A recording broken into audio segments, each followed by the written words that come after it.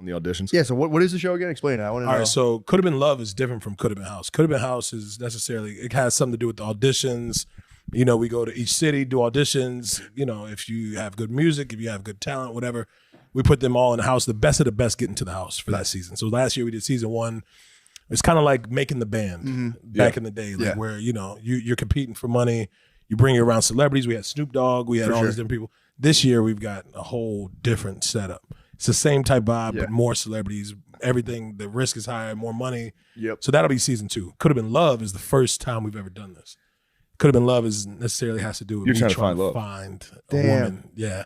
You're trying to find you know, trying to find something that makes sense for me. And, For sure. Yeah, just a conventional, healthy way. Yeah, like the newfound fame. You know what I mean? Like, yeah, Also, you get it. R.I.P. Yeah, Diddy for making the band. Dude. Yeah, That was a great show. for sure. Yeah. Damn. So yeah, you're trying to find the one. He didn't die though, man. He just I mean, he probably It's wishes. coming. He probably Okay. wishes he did. All right. It's coming. Yeah. Yeah. Hopefully, he doesn't fucking get sad like Jeffrey Epstein did and fucking kill Yeah. himself.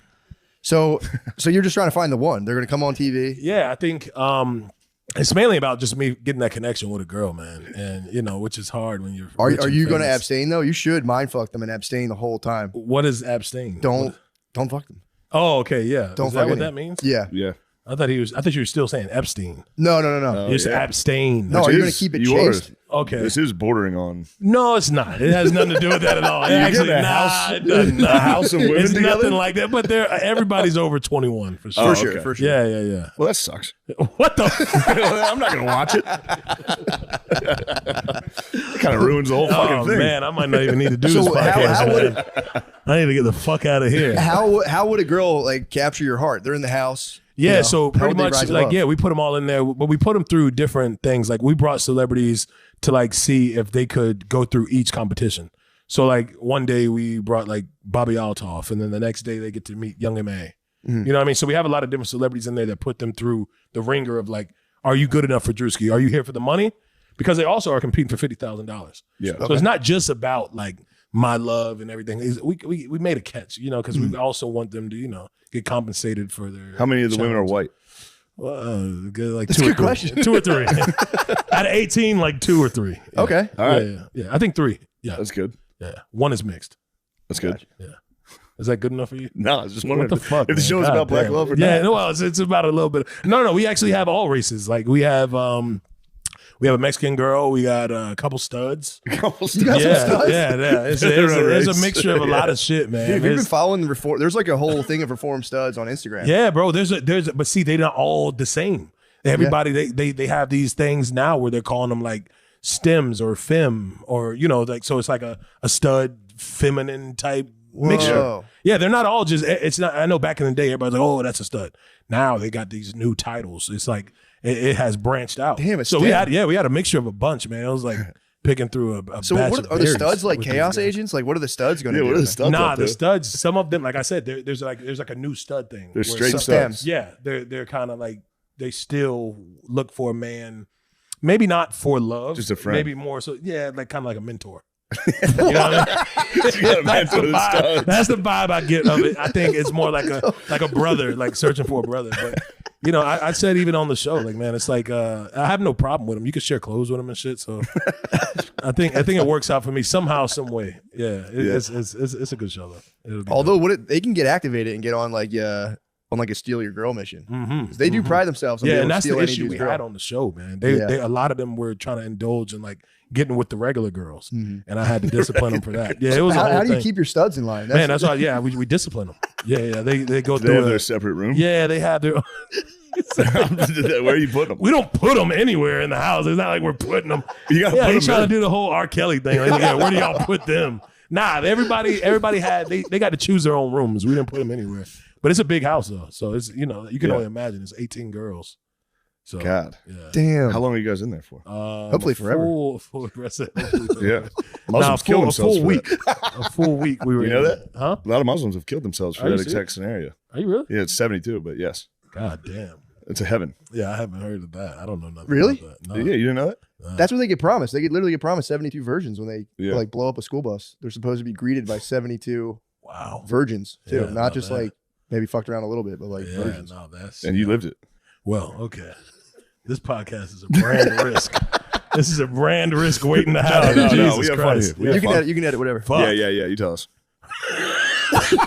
Dude, that You got is- me thinking about everything I've said in the last 10 minutes. I'm like, did we fuck up yet? No, you support the studs. Yeah, no. No, that is pretty By the bad. way, fuck you. I watch your stuff. Yeah, no, you get it. Yeah, I know you're up we're to. all everywhere Yeah. with it, man.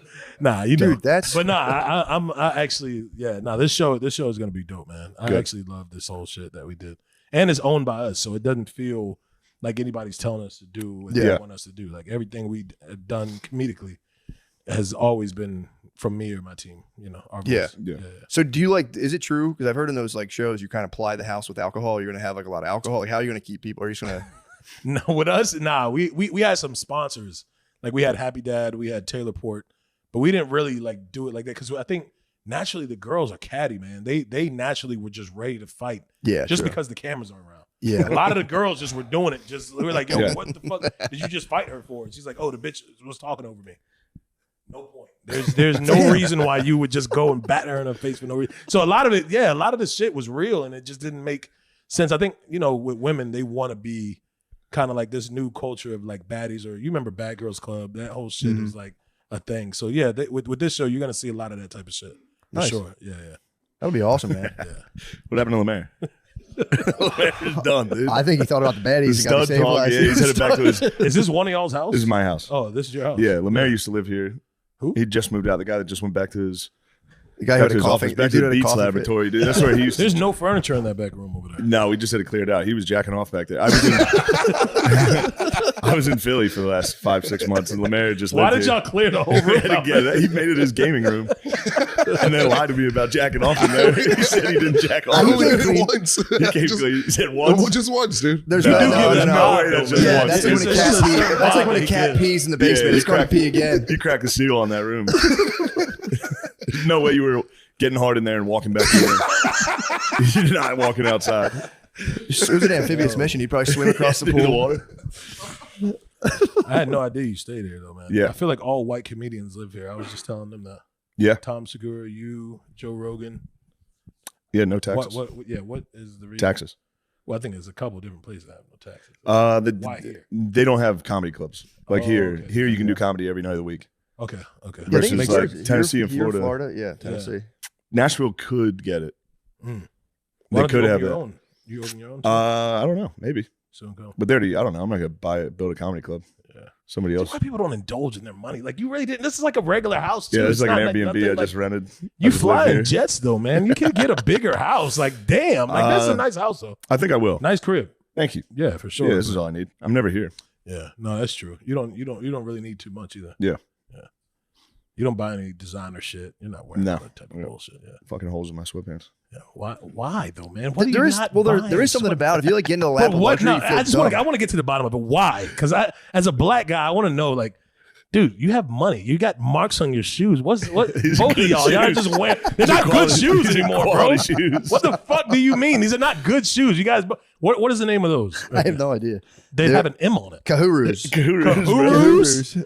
Trust That me. sounds like a fucking cereal, man. You guys gonna be wearing Kahurus in about 10 years. Yeah, but I'm saying, We the whites are dictating the culture these days. yeah, no, y'all are definitely. Got the Carhartt overalls. My uncle was wearing those. No, I know, but it just I don't get it, man. It's You just good move though. I low, think dude. It's like dope, being man. it's like a triad boss, dude. The guy who would like Yeah. sell hot dogs for Yeah. 40 years. You just kind of move. But where are y'all putting y'all's money into? Like, where would you say you've spent the most money at?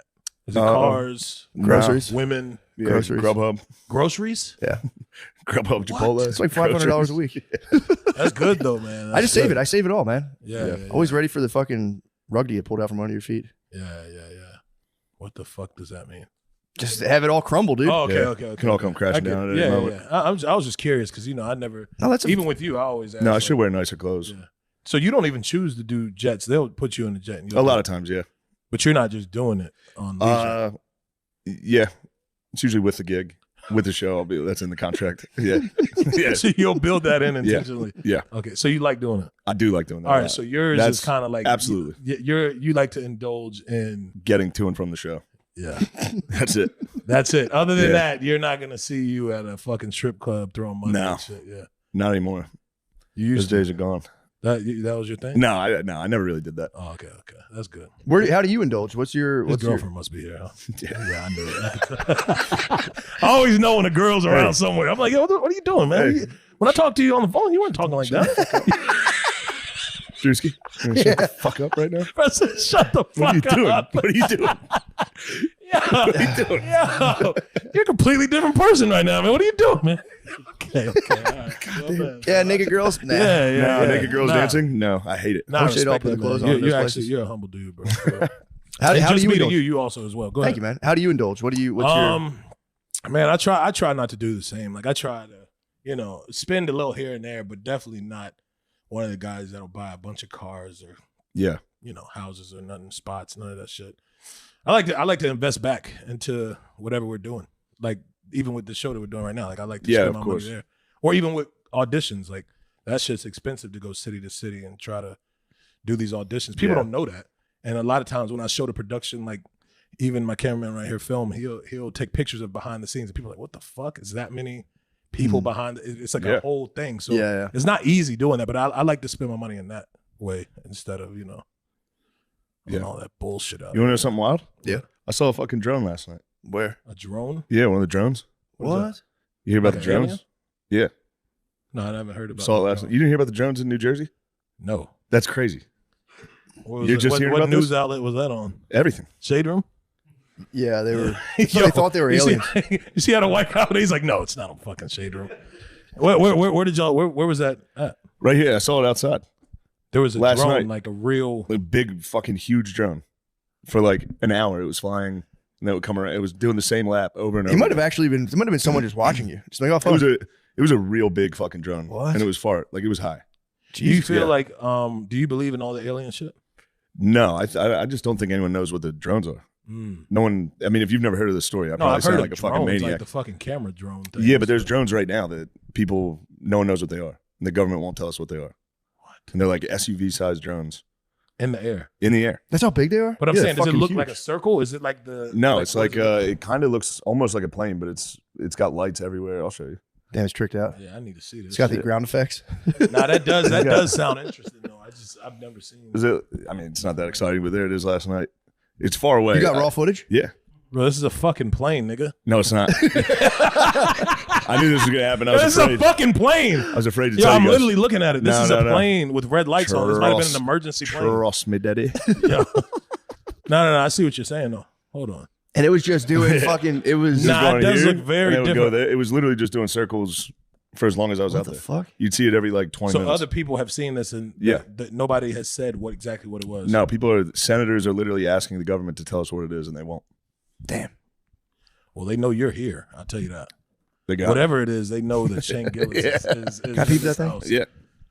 Nah, that's interesting. The first video- I've put never eyes on actually it. seen nothing like that for real. The first video is very It good. kind of looks like something. I see what you're saying, looking like a plane. Yeah, it kind of has like the flashing I red. saw it with my naked eye. But looking at I saw that it. flight path, that's an irregular flight path Yeah, for because sure. it's not just going through; it stopped. and then it Yeah, went back that's the other way. Filming it never does it justice. Dude, I trust saw me. it. I saw it live. Why man. does nobody have good HD footage of shit? I don't know. I tried to It's- film it and it just got blurry. And then hold on. You can hear I my, feel like nobody has a good HD footage of nothing that we don't know about. oh, this is. Yeah, my girlfriend was making fun of me for being old because I couldn't film it. What? Your old ass can't make it. Well, you fucking do it. That's good UFO footage. Well, then you fucking film it. I can't film it. I don't know what the fuck I'm doing. Nobody has good footage of none of this shit, bro. That's the fucked up part of all this shit. I wish. Oh, O'Connor was there. He can vouch for me. For the UAP. I can't have girl vouch. Yeah. You know what I mean? For what? To Fuck see a that. UFO, you can't have a woman be like, "Yeah, we saw it." No Why? one's, no one's going to trust they her. believe everything. No one's going to believe the woman. But I do have. O'Connor was there too. You can't have a female. You can't- What's wrong? You need 2 male witnesses. Any female witness is nullified, dude. Yeah. The One male witness is equal to like man, 5 bro. female The witnesses. prosecutor just hits him with their horoscope in the stand. They're like, "Yes, I believe everything." They're like, "All right, Your Honor, rest my case." Nah, honestly, I don't know if I believe in that shit, man. It's definitely something out there in the ocean, but I don't know about it anywhere. Yeah, I don't think there was like an alien UFO. Yeah, I think that was was just some a government shit. fucking weird government thing. Yeah, to yeah, do. yeah. I'm gonna be out there tonight. I'm gonna Either look that or again. your neighbors just are on some trying Yeah. to fuck with you. There's also a chance it's just a guy. Yeah. Yeah, just a neighbor. Just having fun with it. It's a big fucking But drone. you said though. you saw it on an outlet. Oh, dude, Oh, it was it's all on over the the news. news. There was like Oh, it was on the news. they were everywhere. Okay, So it was like that's people not really just a were calling neighbor him- then. what? Yeah. That's not a neighbor. Yeah, no. That could be China. Yeah, it could be China. Although, why would they like? They could. That could be China. China can And why hack. do they want to come to Austin, Texas? For? That's what I'm a trying lot to figure of tech. out. A lot of tech There's down here. nothing There's spying. here, bro. It's all tech now. It's tech. Yeah, Yeah. Elon Musk. So this is like kind of like the new Portland. Yeah, this is a lot of tech down there.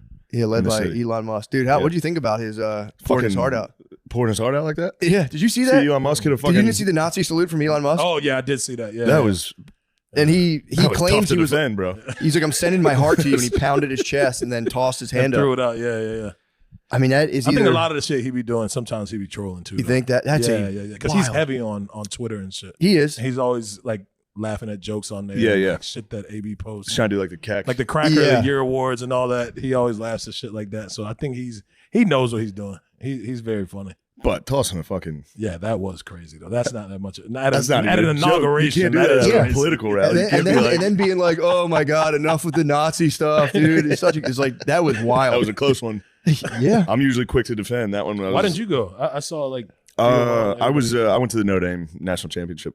you were invited for sure though. I was not through the administration. I don't You're one of think. the pure ones. AB They invite you invited to me. shit like that. I got invited with AB. Yeah. Which was Wait, tough AB to turn was down. Yeah. Antonio Brown was at the Antonio inauguration. Brown was at the inauguration with Okay, who's Theo Vaughn and inviting the him? Paul brothers. I mean, that was a crazy lineup. Dude, I it didn't was. even know he was. I didn't see him. I didn't see AB in none of those pictures I didn't see him either. He was there. for sure. Yeah. You know, I that. saw a picture of him and Trump, and he invited me to go with him.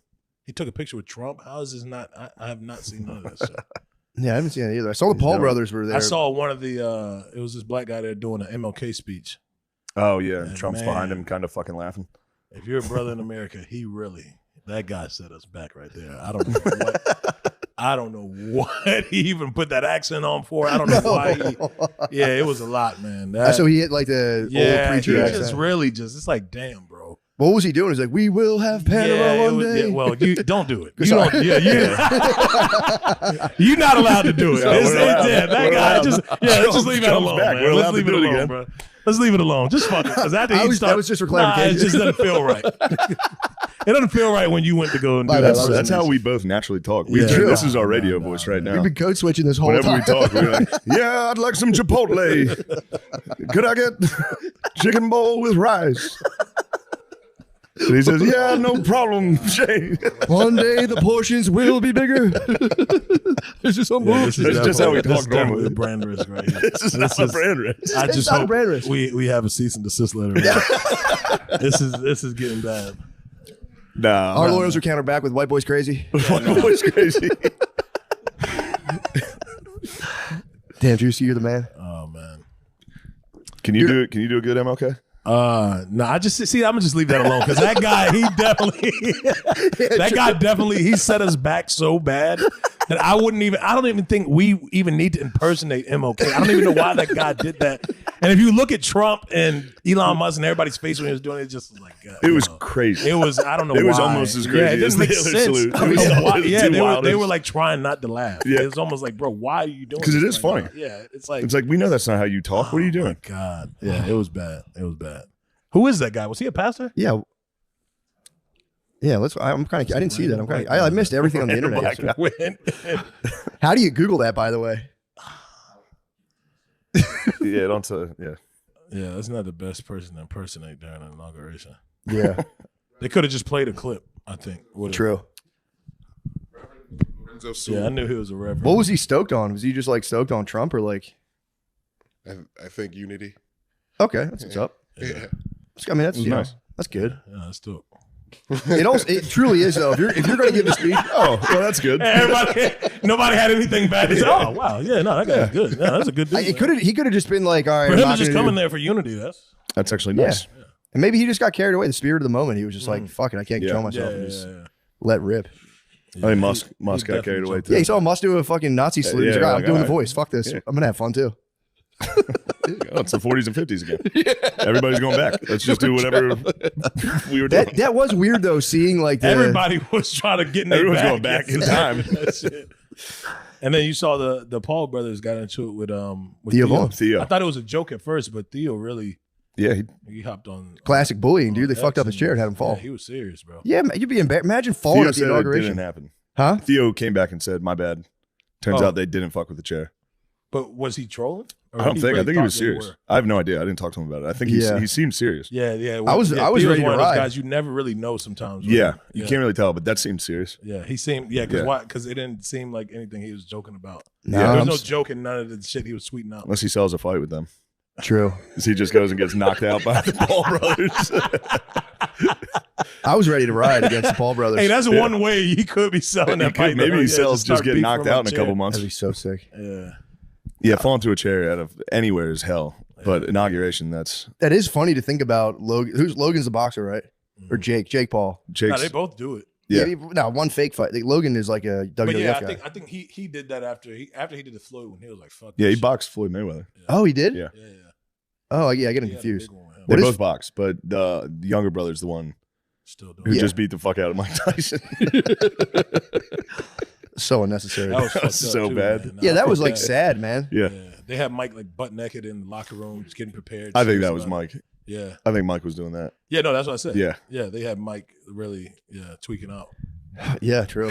But that might have just been, I think that's from other fights though, man. I think he's got a form of CTE for sure. Yeah. There's a lot of people with functional CTE. There's CTE that you can notice all bad, but then there's like the functional kind. Yeah. That like you could say Yeah. wild shit and get away with it a little bit. Yeah. It's And like Mike AIDS. Tyson is one of them. Yeah, exactly. It's like if you have enough money, you yeah, can just ride and it out. eventually Like it AIDS. spreads and spreads until yeah. You just give it to all your girlfriends, Mhm, punch them in the head. Okay, well I don't know about that. That's what I thought you were I talking don't about. think I don't think you spread it like that. I think it spreads through the brain. It does, yeah. That's actually a decent point. Yeah, CTE does He's get got a can point. kind of Nah, spread. he's got a point. Yeah. They got it from somebody who probably had CTE too. Who's some Yeah. functional CTE people that you feel like have functional CTE? I think it's probably just most former NFL guys. Yeah. Anytime they flash to a guys. UFC fighter at one of those things. Nah, and they're like, some of the fighters have it Oh, too. the though. old UFC fighters. Yeah, they're wrecked, Real dude. old. Yeah. Yeah. It's got to be kind of sick to just be like, fuck it. Yeah, I'm just going to get my bell rang and just rock with CTE for a while. Once you get over the fear, it's got to be kind of nice. Yeah. Gamble whenever you feel like it. Fucking smash everything in your Yo, house. those gambling companies, they'll be on you too. They'll be looking for those people. You've been seeing that? You know about Bob Minery? I know of him. He's been promoting the fuck out of some gamble. Oh, company. really? Oh man, they got him by the balls, man. He's just promoting. Who is that? He usually does shit with like Nelk Boys Okay. and different shit around that. But I don't know the name of the company. But it is funny, man. He'll do a promotion and then take it down in like an hour.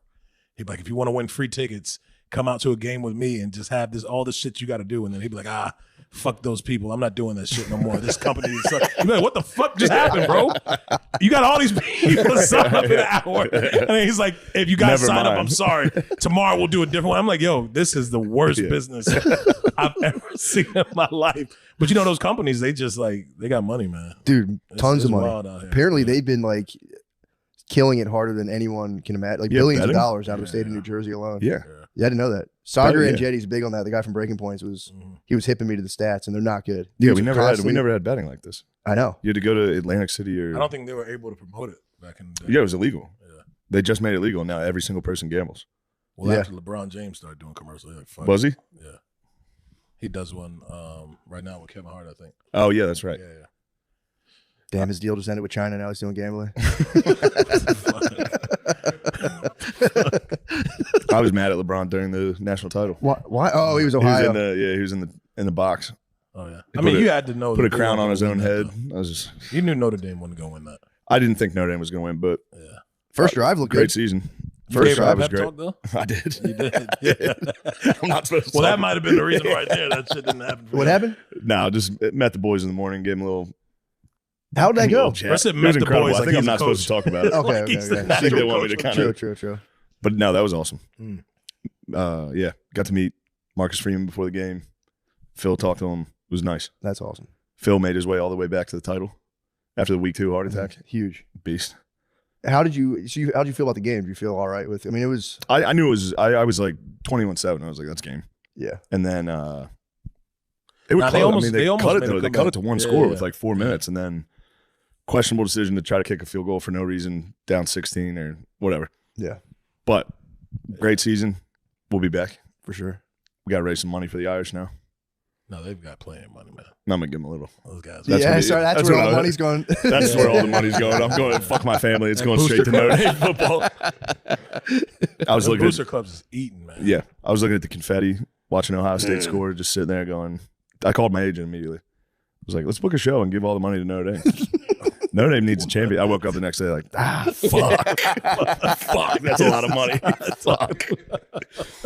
You just take your half of the pros, like the fire show you're doing. Like, actually, Bill, I'll donate my own half to Notre Dame. fuck the LA Fires. That's going to Notre Dame needs a D tackle. I need to give that to an 18-year-old. This dude's nuts, man.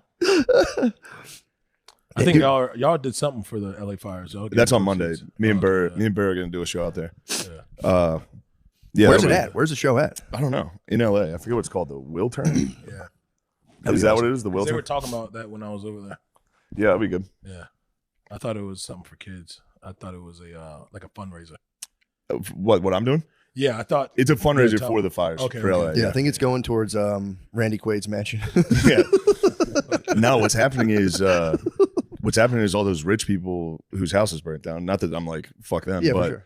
they are all renting apartments now in LA, and the prices are just fuck. everyone's fucked now because now thousands of rich people are just buying.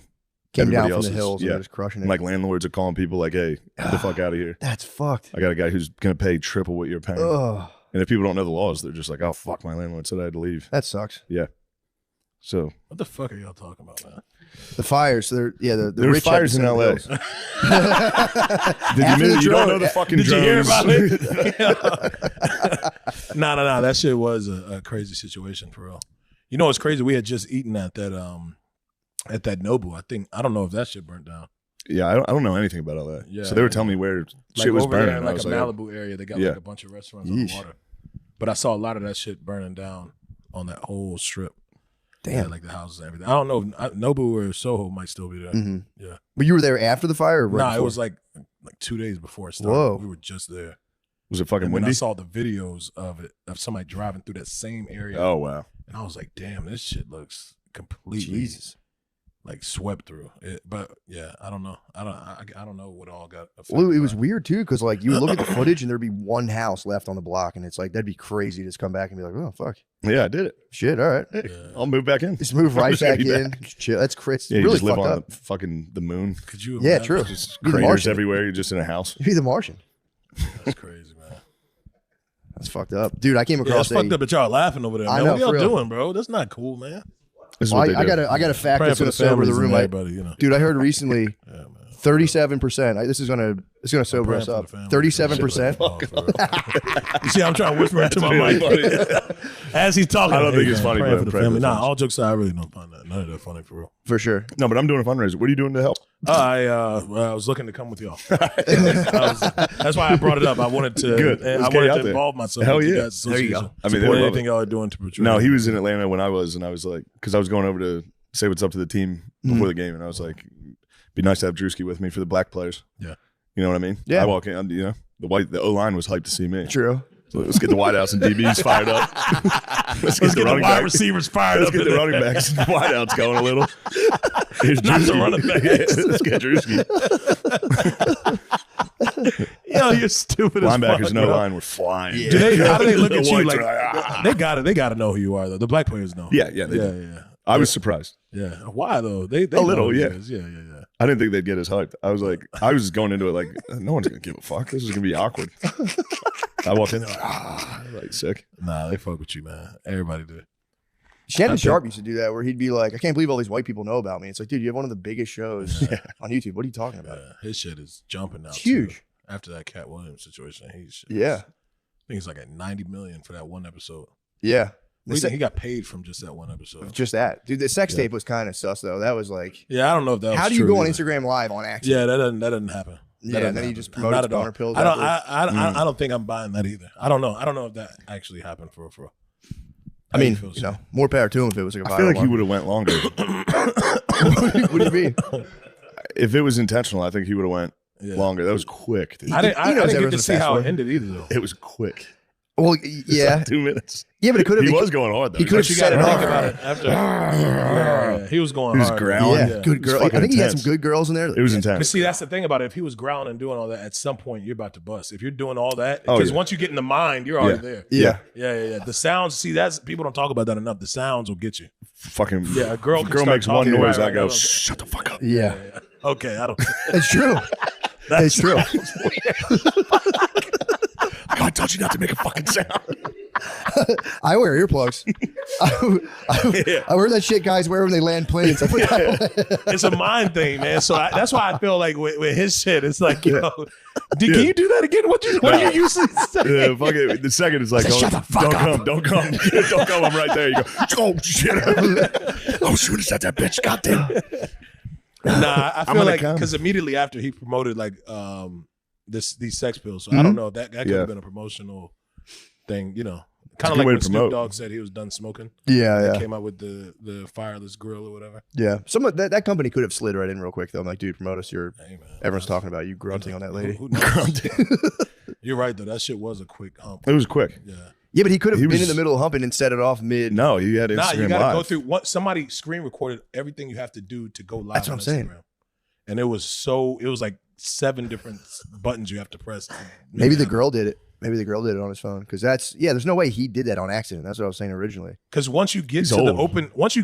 open, the fucking camera thing, which you slide over, you got to keep swiping to get to the Yeah. live. And then once you get to the live, it asks you again, "Are you sure Yeah. you want to go live?" It's not like it's not a pocket dial. You got to like literally get there and agree to everything that is asking. So I don't know. I'm glad he did it. Yeah. Well, why would that be? It's just nice. Yeah. I just like having it around. It's And different. also, I think about it a lot. Yeah. Maybe when I'm having sex, I go, Yeah. good Lord, if somebody heard me. I listen to it to get hype. If I like got a show, I listen to it just to hype myself You up. put the sex Put tape. the audio yeah. in and just get hype right before I go on stage. I That just, should be what you walk out to. Just play it for 2 minutes straight. oh, that's a good girl. Yeah. That's a good girl. He threw a couple good girls in there, which is like, all right. Yeah, he did though. That's what figured- made it believable with me. I think once you start throwing shit like that in, it's like, oh, okay, Good this girls. might be real. Fucked up. Yeah. That's Yeah. weird. Oh, dude, Yeah. talking her through an orgasm, like, yeah, good girl. That's what he I was feel doing. yeah. Ew, bro. He's just training, dude. That's He's more of a training. black thing though. Is it? What's good, my nigga? That's my boy. So Oh, I was hoping. yeah. Hey, what's up? We're just in here grunting. So, We're in here coming. yeah, man. Dude, so this is what I was about to tell you guys to sober up the room. Apparently, remember Kinsey, the sex researcher back in the 50s? They made a movie about Back this guy. in the what? Back in like the 50s, this guy. How old are you, man? I'm 38 for a second. I was like, am I 50 years old? Yeah, I'm like, what the fuck? So apparently in the 50s, this guy did like a crazy sex study where he like was interviewing housewives, dudes, and he was like, because nobody would talk about sex back then, and he was like, here's what's actually occurring. And apparently, I just learned this the other day. According to his stats, 37% of men have had homosexual experiences, defined by one of the men reaching orgasm back in the 50s, and that was Who reported. That's a crazy stat. What? Okay, what made you fucking look this up, man? My brother told me about it. to Oh, be fair. you were jacking off. No, I wasn't. Bro, said my fucking Yeah. brother. Right. You- In the he middle gave of up- a My brother good told dick me I beat had the text. session, this guy was researching Yeah, you facts go research. about how to I come mean, better. You definitely, he stopped Yeah, what do jacking. you- yeah, he like, stopped what? watching porn. Now you're jacking off to fucking research. I Don't have been act off like you board. I've wouldn't been off jack board. off. Don't act like you wouldn't jack off to some research. I wouldn't jerk off to the research. The questionnaire, You maybe. The research. questionnaire, maybe. The questionnaire. If the questionnaire was charged enough, it'd be like erotica 37% of dudes were in around. the 50s, dude. I could be wrong. My brother could be misleading me. He could be, leading me down. Like somebody came. Yes, 2 dudes partied. At least 1 dude came, if not both. That's interesting. What does your brother do? Just chills. He's chilling.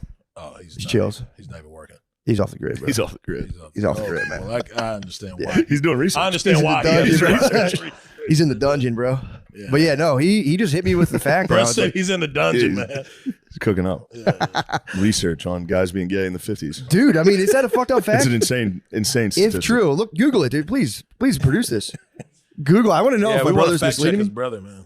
Dude, 30 in the 50s, dude. That's crazy, and that's self-reporting. I mean, this It's was good they included the jizz part because exactly. otherwise back then everybody would be like, I was kind of fucking gay. I said good night to a guy when I was leaving a party. Yeah. 10.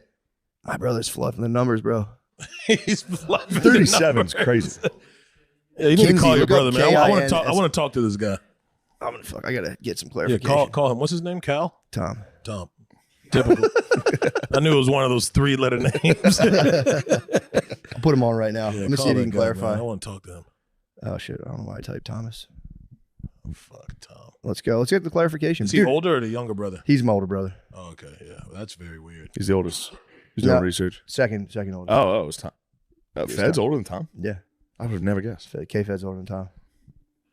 He's on FaceTime audio, dude. He's on that. Oh, show me that show's number. He'll call me back. But yeah, dude, Yeah, fuck I it, could be man. wrong, but he was saying 37%, which is 10. Oh, really? Maybe this is an updated study. Maybe it's the Kinsey Institute of Research.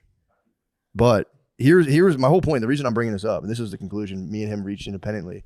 If it is somehow 37% self-reported, that means in real life it's got to be what, like 90, 94. And the conclusion was we both reached this. These No, are he's got it right insane there. numbers. We're just Hold throwing on. shit Here we out. go. My I point trust the is, science with this. me and my brother were It trying went to from say 10 we're to the only. 94 fucking percent. Gotta be Dude, 94% of 37 guys. say yes. It's definitely the amount who actually did it and didn't say Here, yes. we'll It's do a gotta blind be- study. Everybody, I won't tell on you. Yeah, Everybody, true. close your eyes. Raise your hand if you did something gay.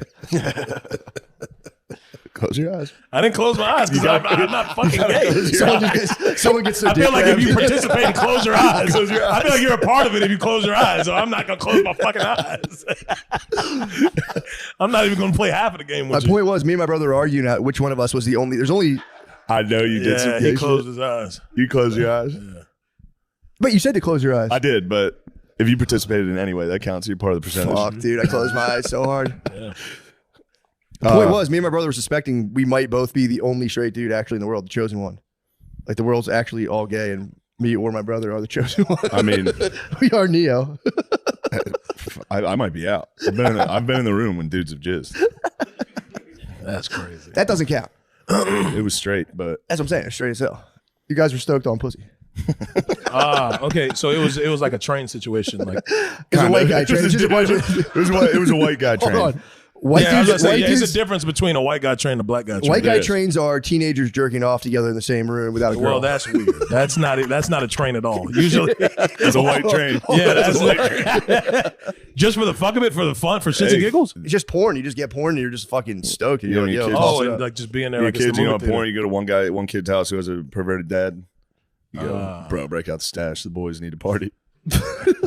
This is before the cell phones and shit. Back in the day, it was only a VHS. But why together Just though? like- What I is just the like reason? that your team has to sit here. They're like, what the fuck type of white shit is Well, this? back then but you- why together? What is Because you didn't know the next time you were going to see porn. Because it Oh, wasn't on and the it's phone. no phones. And it It's was just more so on. like- Yeah, you're just like, fuck, I'm going to jerk off. Yeah, real quick. you guys go over there. I'll go on this side of the room. Don't look. Yeah. But there's no walls. It's just. Look, you That's can a sit fair here. point. You can punch holes in I this mean, we thing all all got day long. trivial. Like, No, you what? can't look, dude. Okay, yeah. I mean, I get it. So man. That's what's up with the walk us through the train? What's up with the going on train? the train? Because the nah, train's weird. train. 'Cause Yeah, that it's carries just on way I've too never late. indulged in no train, Okay. but I think at parties and stuff there was a thing, where when you're in high school, everybody's going in, the girls twerking in the room here, and then you might go upstairs and there might be 5 guys and 1 girl from the Yeah. fucking basketball team, and she's like the basketball trainer or water girl or whatever. Yeah. Right. You never know. And I think, that would be considered a train in the black culture. For sure. And that's also considered gay Well, I mean, by me. I've never participated. I've just been at a party, and maybe in high school you might see walking to a room. Oh Yeah. shit, okay, You've seen the train station. yeah. You walked by. Yeah. Or you just hear about it at school. You go back to school the next day, and they be like, "Oh yeah, we ran a train on so and so." Yeah. Yeah. You just never, you never know. It depends on the situation. But yeah, that's the black I think train. it was the same idea though. It's like Yeah. let's just all get. While Were the you at getting's any of the good. Diddy parties, or did you miss Well, that? what the fuck and where did that come? How did that? Of all questions, When did you miss that train? How did that go? That train might have left the That station, train took but you off were from the right station. there. Yeah, You that were train, right there to that get on train that. took off from the station for sure. were close. Yeah. No, I wasn't at that train station. You left early. You left Yeah, early. no, that was down the street from me. I wasn't there. No. Did you ever meet Diddy? Yo, what the fuck? Bro, yo, I forgot you He's like, actually yo, might have. I've seen He pictures actually with you might have. there. In the picture. Yo, what's the look you gave me? Bro. That's the look of somebody who's like, well, I got cold hard facts. So like, I've seen you with the guy, No. Damn. Never been to that train station though. No. No, good for you. Hey, that's good. Haven't Nobody has indulged. apparently. Yeah, everyone has. I was relieved to learn that nobody was at the party. I've been relieved. Turns out no one was there. Everybody I've asked says, no, I was not there. Well, everyone pushes the time back. Like, yeah, I always left at 2 a.m. At 3 a.m., everyone busted their dicks out. It's like, how do you know? Wasn't Denzel saying that? Yeah. Denzel was like, no, I got out of there. I think Denzel was there whispering like cool Bible quotes to people, like the devil gets close to you when they're most successful. That would fuck you up. And they're both getting their Yeah, he dicks. said They're both that. getting He their said dicks that sucked. about the. I think it was the Will Smith, Chris Rock situation. Yeah, exactly. I don't think that was Diddy's house. He said that at. No, probably not. But What do the you think fuck, about- man? This dude be having cold hard facts, but mixes up the stories. I'm a storyteller. Denzel, yeah, that would fuck you up. You're on ecstasy at a Diddy party. Fuck. Denzel Washington comes up and whispers a Training days. You? quote. Training days. Oh, You? shit. These guys are sick, man. Seriously. The Diddy Oh, party. my Who God. was there? At least one guy. Who like, was at the yeah. Diddy party? Yo, guys. Yo, what the fuck, man? Just tell us. Yeah, I see. It's like a back to back. Y'all are running a train on questions here. I can read. Guys, I can read. I know I can fucking read. The big game is almost here, and it's now or never. Don't miss out on the last football game of the season with Prize Picks, the best place to win cash. With over 10 million members and billions paid out in winnings, Prize Picks has made daily fantasy sports accessible to all. It's the simplest way to win money in over 30 states, including California, Texas, and Georgia. Isn't that nice to hear Texas in there? Yeah, I like that, man. I like that. Well, because yes, That's why I use Prize Picks. awesome. And I can't emphasize enough how easy it is to play. Let me break it down for you. I just pick between 2 to 6 players, 2 of the hottest guys across any sport, whoever I think's the hottest, and pick more or less on each of their projections. Then submit my lineup. That's it. And I could win up to 1,000 times my money, all in just 60 seconds or less. Just like that. I'm able to get back to eating my wings and drinking an ice cold bucket of Bud Lights with the buddies. These motherfuckers. Because you know me, huge sports guy, huge beer guy, even bigger Prize Picks guy. Bigger? Yeah, what the hell are they trying to say? Prize Picks, you know I love my brewskis. Don't you dare get in between me and my brewskis and my wings.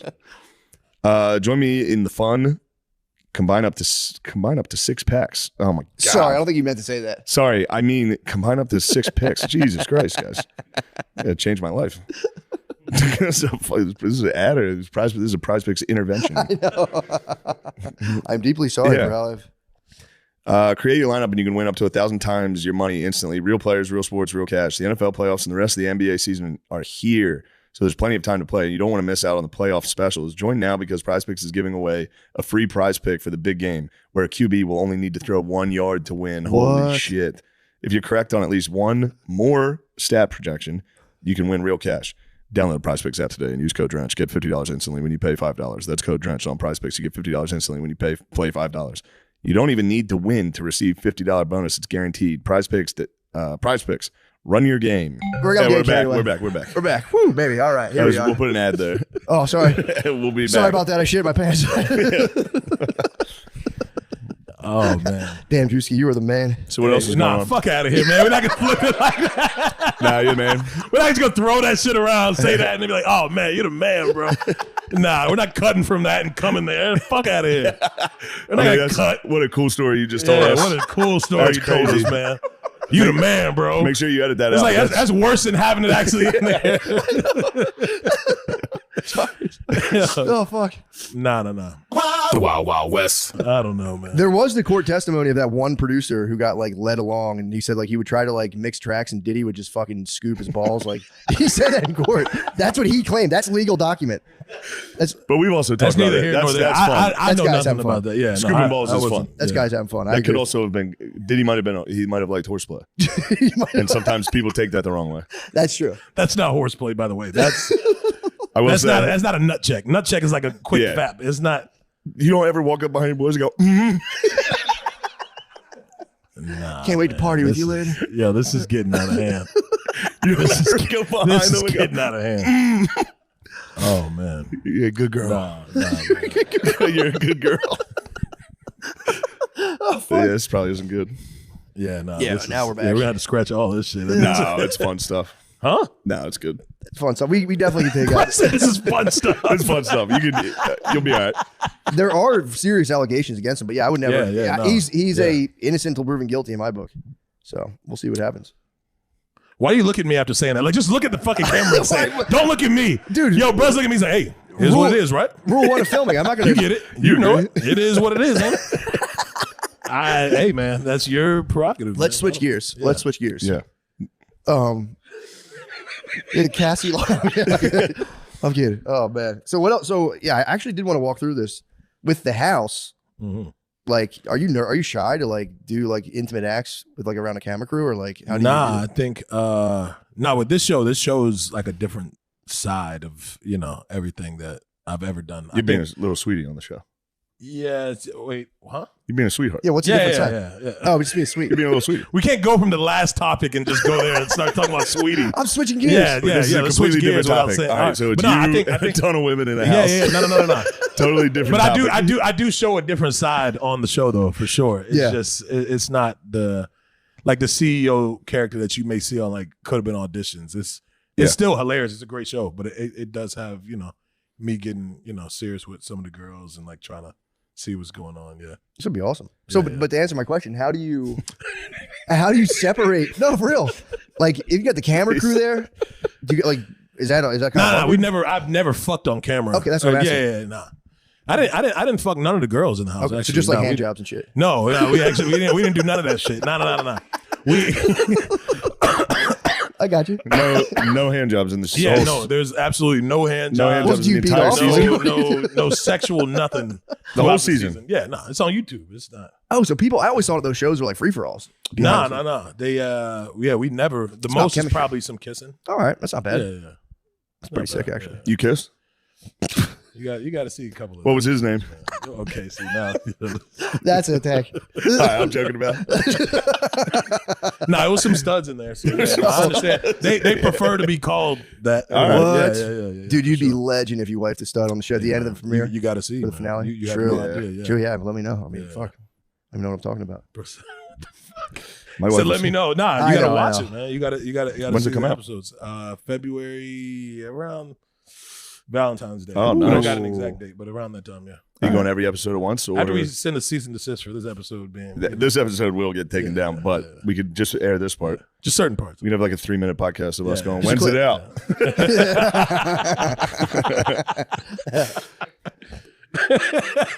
Great. It's a 3-minute pod. Are you going to do it like all the episodes at once? Or are you going to do it weekly?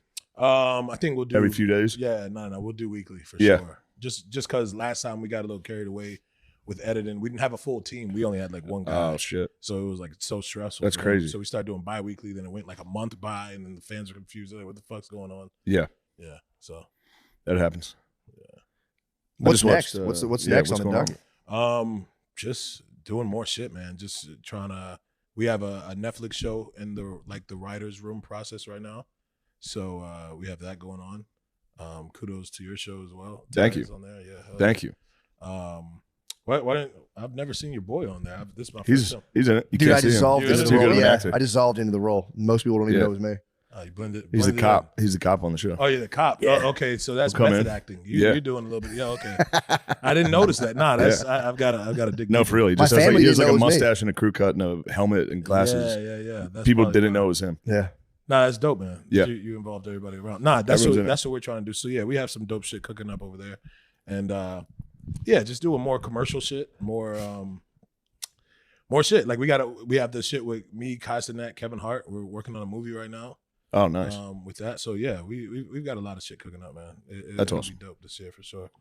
This is that year of like expansion, Yeah. trying to do more shit in like public eye, Mm. and the same amount of shit still on social media, but also branching out to like Yeah. the mainstream shit. Yeah. Not after they see this fucking podcast, it won't be. But I think you've done a good job. I don't think think you you've killed said it, man, anything for real. wrong. Matt, on the other hand, you have some explaining to do. he's What did I do? he's fucked, man. I'm just trying to move the conversation. yeah, man. Good shifting though. Good shifting. Yeah. I thought my drone show was going to be a topic for a while, and Yeah, no one yeah. gives a fuck. Yeah, well, I couldn't get nobody into cares that. about Like it. I mean, it was sick. You saw it, but I I got to kept see it. I hearing. was so excited. I kept hearing about it on the news, and I was just like, it was like the Chinese spy balloon. I was just Do y'all like, change all right. these mic covers? I'm smelling Every something time. on these. Every time. Every time for sure. Yeah. No, never. I don't think you guys have ever smells. Mine doesn't changed this smell. shit. It's a- Mine doesn't smell either. yeah, so it's a- it might just be. But the we reg- should that might just probably- be the house smell. could be. We know why people's houses have that different smell. They do have different smells. I'm glad you said different instead of bad. It's not all the because- same. Yeah. Although this But it particular is a house certain does smell. bad. Do y'all have This- dogs? Y'all got dogs? No dogs. That's I just had whites. dogs. That could have been in my house for a while. Yeah, there's no dog here. Cat? Nothing? Nothing. It's smelling. It's like an aroma. I don't know. It's a certain one. I don't know. Fuck it. Yeah, nah. Maybe just that might just be for different people that's been here on the podcast. How many people have y'all had on the podcast? Not that many. Okay, yeah, that just might be the house. Then. It's the house. Yeah. Okay. But there's some sewage issues with the front half, and the house does occasionally smell like shit. Okay. Yeah, it's kind of fucked up. And I keep trying to get it fixed, and Is for it some really, reason, plumbers don't believe me. I go, bro, I swear to God, the house smells like shit, and then it never I didn't smells. smell that bad. I don't smell that. It's just like a. It's like a. You were it's being like a racist pet. against whites. No. I wasn't at You all. did. No, You no, said no, no, you no, did no, the no, whole white people I don't, smell like no, dogs. I don't want to say that. You did do because the I white people wasn't. smell No, like dogs. It's just no. I felt like a pet has been in here off of the mic smell. It's not necessarily everything. And it's wet dogs, to be specific. Okay, White people smell like wet dogs. Yeah. I never thought that. No, I've heard that. I thought you guys had pets. I do. I have 2 dogs. So could be them, or it could just be Could just be the whites. Yeah, let's wrap this. So you're doing this is the white part of your press tour, and you're going to come in and say we stink like dogs? No, not at all. Not at all. No, I don't. No.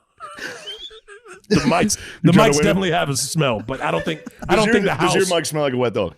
I can't smell Mine it. doesn't smell like it. Well, that's we why I can't smell. Fox can't smell his own hole. You know? Smell his.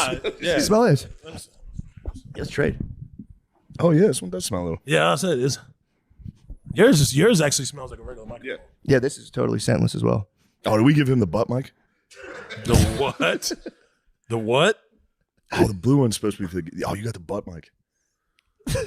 We record farts does on this that mean? podcast when we fart into. If somebody has to fart, we. No, He's kidding. He's kidding. I'd never do that. That'd to be crazy. That would be real. I mean, Brooke, I said y'all give him the butt mic.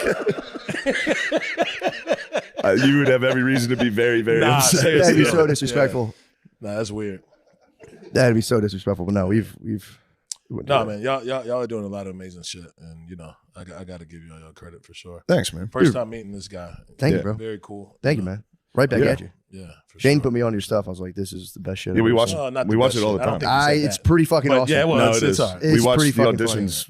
I just watched the one where the kid was like, "My dad's the president of the NAACP." Yeah. Well, Fucking hilarious. He 100% fucking lied. Yeah, Just right away, not a Druski's chance like, that guy's "Well, that's bad. not true. Your dad Well, and lied then to he you. Your dad lied went to on you." to tell me that his dad was like the president of the fucking Walmart parking lot. So I'm like, yo, why would you sit here? That was one of the first times ever in auditions I've broken character like fully. Like I could not stop laughing. Yeah. Because he just continuously. And then he was just kept like, "All right, lying. I'm done with that." And then here comes a tragic story. Yeah, there's more And just then another trauma. You tragic just story. trauma dumped on me the whole time. And I'm like, God damn, bro, what the fuck do you want from me? Yeah. Like I have nothing else to give. That was Like great. I don't have nothing. Yeah, nah, he had so many people that died in his family. That's what he did. That was his. That was like for real. The guy's Oh, he was audition. dead ass though. He was dead ass about all that. Jesus Christ. Yeah, but it was so funny, man. He had a good soul. He was the man. Yeah, You could tell he was a good guy. yeah. He's one of those dudes that you just be like, man, I'd love to hang with him again. And Are I there really- are there any little people on the show this year? like midgets? Yeah. Yeah. There's a couple midgets on this. I was going to say there's typically typically what? they're running around. Like I thought. Nah, they're around. Yeah, they're around. around. Yeah. With the could have I've been never love, yeah. seen more No, we've- midgets than when I put on anything with you. There's always a midget. He's coming There's in. always a midget involved somewhere somehow. Nah, they're just attracted to me, man. I don't know what They it are. is. It's good. You have a yeah. good dynamic with them. Yeah, for sure. Nah, we've had fun with a lot of those little people. Yeah. They're an ancient Is that part what of they call entertainment, too. They are an ancient part. If you were of like it. a prince passing through town, you needed at least like 5 or 6 Yeah. jumping midgets. Are you serious? To complete the ensemble, yeah, I think so. Honestly, that's not far off. Yeah. Yeah, swear to God. I was in a museum and they would just paint them. Yeah. Yeah, they because courts like a royal court would You have hire to you call to them like that. Like it's paint them.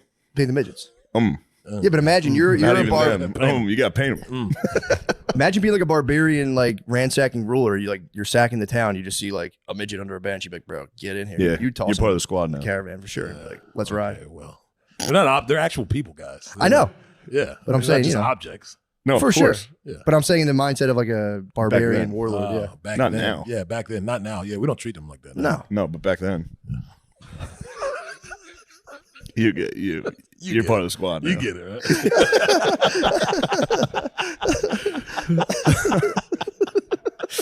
Believe it or not, though, man, they get offended by a lot of that shit, man. They don't Yeah. play. Yeah, Napoleon A lot of them complex. are feisty. Yeah, nah, they really are. No, they don't. I play that bet, shit. dude. Yeah, They're strong as shit. man, it's like they're top. Yeah. A lot of them are top heavy. Yeah, I tell a lot of them that though for sure. when they take their shirts off, They're always jacked. they're jacked. A lot of their muscles are so compacted together. Yeah, they are naturally jacked people. Yeah. And I think with them, like they get the normal size human head, which makes their body top heavy. Yeah. A little bit. Yeah. So majority of them, but they're cool. They're cool as shit. What? They're cool as fuck. Bro. Yeah, of course. Yeah. No, I think that's what's so nice about it is you treat them like regular people. You make fun of them. It's great. No, I don't make fun of them. Nah, I never do. No. You get it. Right? I get it. I mean, trust me, I get it. I don't know why who are you lying to right now. I watch the show. I watch the fuck out of the show. Every time you say something, I go, anybody that we have come through there, we treat them good, man. And, Yeah, they have fun. They have fun. Yeah, yeah.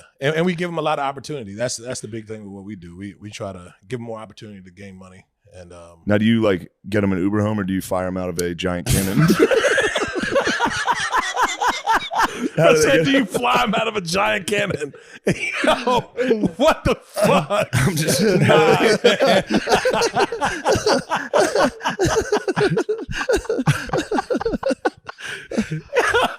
Nah, they usually have a they're accompanied by somebody. Majority of the mids, they have like a caretaker. I swear, bro. Really? Anytime I've ever like we've ever done anything with any like little people in auditions, Yeah. majority of the time they have like a caretaker that they'll leave with. Yeah. Damn. Like a reacher, a personal reacher. Yeah, it's something. Yeah, Dude, I I just had a help guy- them with a lot of this shit. Yeah. Yeah. I was at the grocery store with my wife and I couldn't reach. There was like some water at the top shelf, and I'm like trying to climb up there. I was kind of midged out myself trying to go up there. And dude, this big tall guy comes and I'm like, my wife's with me. I'm like, hold on, give me the card. This guy's like, I'll get it for you. And I was like, dude, get the fuck out of here. No way. I just climbed up the cart and grabbed it. Yeah, you can't let that Oh, happen. hell no. Dude. You cannot let that happen. No, I would have had to left my family. I'm like, bro, they're yours now. Oh, man. I've been disgraced. This guy's sick, man. Think of it like a strong guy carried something for you. That's what I'm saying. That's like just as bad. Dude, it was like, and he wasn't trying to be a dick. I get it. He's like, Yeah. I'll get it for you. And I was like, bro, no disrespect, but you got to get the fuck out of here. I'm going to get this jug of water for myself. I was like, I appreciate you, but get the fuck out of here right now before I freak out. Nah, man. Kind of turned my wife on, though, if I'm being honest. You being scrappy or the tall guy? I think both of us combined. Yeah. What the fuck? I'll get you going. We're just kidding. We're We're just joking. You get it. Both of y'all married, right? No, I'm not. Just me. Not yet. Not yet. Why'd you take a big sip of water after that? I had a tiny sip of water. Yeah, Matt's married. Soon- did you get soon, married soon, at the end of the show? No. We hell? We'll find out. Yeah, Yeah, you guys yeah. got to find out what happened, man. It's an interesting situation. I'm sure it will be. Yeah, And it's out around Valentine's Day. Yeah, it'll be on YouTube, on Druski under my name on YouTube, and man, we're airing that shit out every week, so be ready. And there's also gonna be like different ways you can vote for different shit, So Oh, that'll nice. be dope. Yeah, Nice. Well, that'll be good. I think we've done it. Yeah. Damn you did right, it. because we got to get the fuck to the airport. I'll tell you that. Oh, shit. What Sorry time is about it right now? Oh, okay. Shit. Sorry Yeah, about we're that. ready. No, Yeah. you're good. Dude, thank you so much. Yeah, thanks No, a I lot, appreciate man. y'all And having me, honestly, if you guys think of anything that you want edited out, we will. Yeah, just cut. Yeah, no, we definitely. I definitely was gonna have a talk with you once we cut the camera off. I definitely have a lot of things to talk to you. We're going to edit some stuff out. Yeah, Drewski, yeah, well- thanks for joining us. Yeah, thank you, man. Hey, let's get the camera off. Here you go. I'll talk to you. Mr. Novak, how you doing, bro? Man, How you like the mister? I've been trying to be way more respectful lately. have you? Mister, yeah. The Mister would just fucking piss me off. Fuck you. You don't like a mister? No. I love I mister. just feel like it's like an authoritative figure. Yeah, you don't And like that? I have You don't a like problem with like authority and conforming. Where's the authority problem you think come from? My fucking father. Yeah, but he I is was a just crazy kidding. drug addict, Hell's Angel guy. But he know? was still authoritative? He was still like, in his own demonic, fucked up way. You know what I mean? Yeah, Like yeah, he yeah. was really disconnected from reality, and he lived in his own world, and his own world looked like he rode with the Hells Angels, and everything was transactional, a business, while under the influence of crack or fucking meth. And so like he was the guy that like he would come home at 2:33 in the morning, and when he was awake, the whole fucking house was awake, and everyone was gonna wake up to sit on the sofa to watch him and his biker buddies party. So What? authoritative in that approach. I see what you're saying. Damn, I thought I had a problem with authority. I just have an Irish Catholic father who spanked my hiney. And I'm like, dude, I don't Fuck, want that's to a hear wet you. dream for me, you cocksucker. Fuck off. That's what I'm saying. I'm like, I have a fucking authority problem. Mine must be nothing. Because I think that is real. The link to authority problems is just a relationship with your dad. And my mother's go-to my whole life as a child growing up, she's like, when I just couldn't figure out fuck about shit, she's like, we should put you in the Marines. Like, if you don't, if you think I want a fucking muscle-jacked fuck waking me up at 4 a.m. to 5,000 push-ups, you can fuck off. Yeah, that would spaz you. I have one of my moms, someone like my mom knows, got dishonorably discharged. Just from what I heard of just waking up and being like, get the fuck away from me. And they're like, dude, you're out of here. Dude, that approach does not work with me. Yeah, I wouldn't think so. Well, because I already am wired with like, if it doesn't make sense to me, it's wrong. Yeah, you know what I mean? Yeah. So like right out of the gate, I have a lot of shit going against me because a lot of things don't make sense to me. So I walk around like wrong, could do better, should do better. Blah. Yeah. So it's what I've learned in life for me is that it's all about approach, right? And today it's much easier for me coming from a position of simply understanding as opposed to being understood. Yeah. So like I just accept you for where you're at, the jarhead for where he or she's at, and just it's cool. Yeah, that was something that blew my mind during COVID, and I like mentioned this before, but I still can't get over it. Like I didn't realize how much I did this, but like, especially during so before COVID, I didn't know that I was really doing this, but I'd go through a supermarket and like every person I saw, it would just be this like weird invisible battle in my head where I'd be like, look, this fucking guy's fucking pussy jerk off. And then I would see a lady like, fucking chick's not even hot. Is she looking at me? No, she's not, fucking bitch. And like, and you're doing this like crazy maniacal thing in your head. And then COVID, it came to a fever pitch because there was like the mask versus no mask. And then it was like, it was just like, it just all came to a head where I was like, dude, why am I this stressed while taking a walk? And I started doing a thing where like, when I would be out at a grocery store, I would really focus on not having like a silent battle against people and instead just like wishing strangers well. And like you were saying, exuding that, whatever that energy is. Dude, I felt so much more comfortable in public after that. Yeah. Which was like, it was like a revelation for me. I love being right-sized by humanity. It just happened to me recently, and I'm really good at like, again, I really have dove into this whole spiritual aspect of my reality and believing. When you say right side, sorry, what do you mean? Like, my ego will allow me to create these delusional narratives that aren't even fucking real. And then when I'm proved wrong, when I really believe I'm right, I'm like, dude, I am a fucking asshole. And it just happened. You're a Philly guy, right? You'll relate to this story. I had a crazy weekend. I was in New York, all kinds of stuff going on. I drive back and I have like these weekly dinners at this place in Fishtown Sunday nights. And Fishtown's kind of oversaturated with like a lot of hipsters. Sure. And in my mind, hipsters are just kind of tattooed, bearded, angry people for no fucking reason. It's not like they lack resources or whatever. Yeah. I create this narrative. So I had a long weekend and I'm trying to park under the L to go to this restaurant I go to, and there's this ice cream truck, and it's fucking just submerged with hipsters getting ice cream. And that's cool, right? Yeah.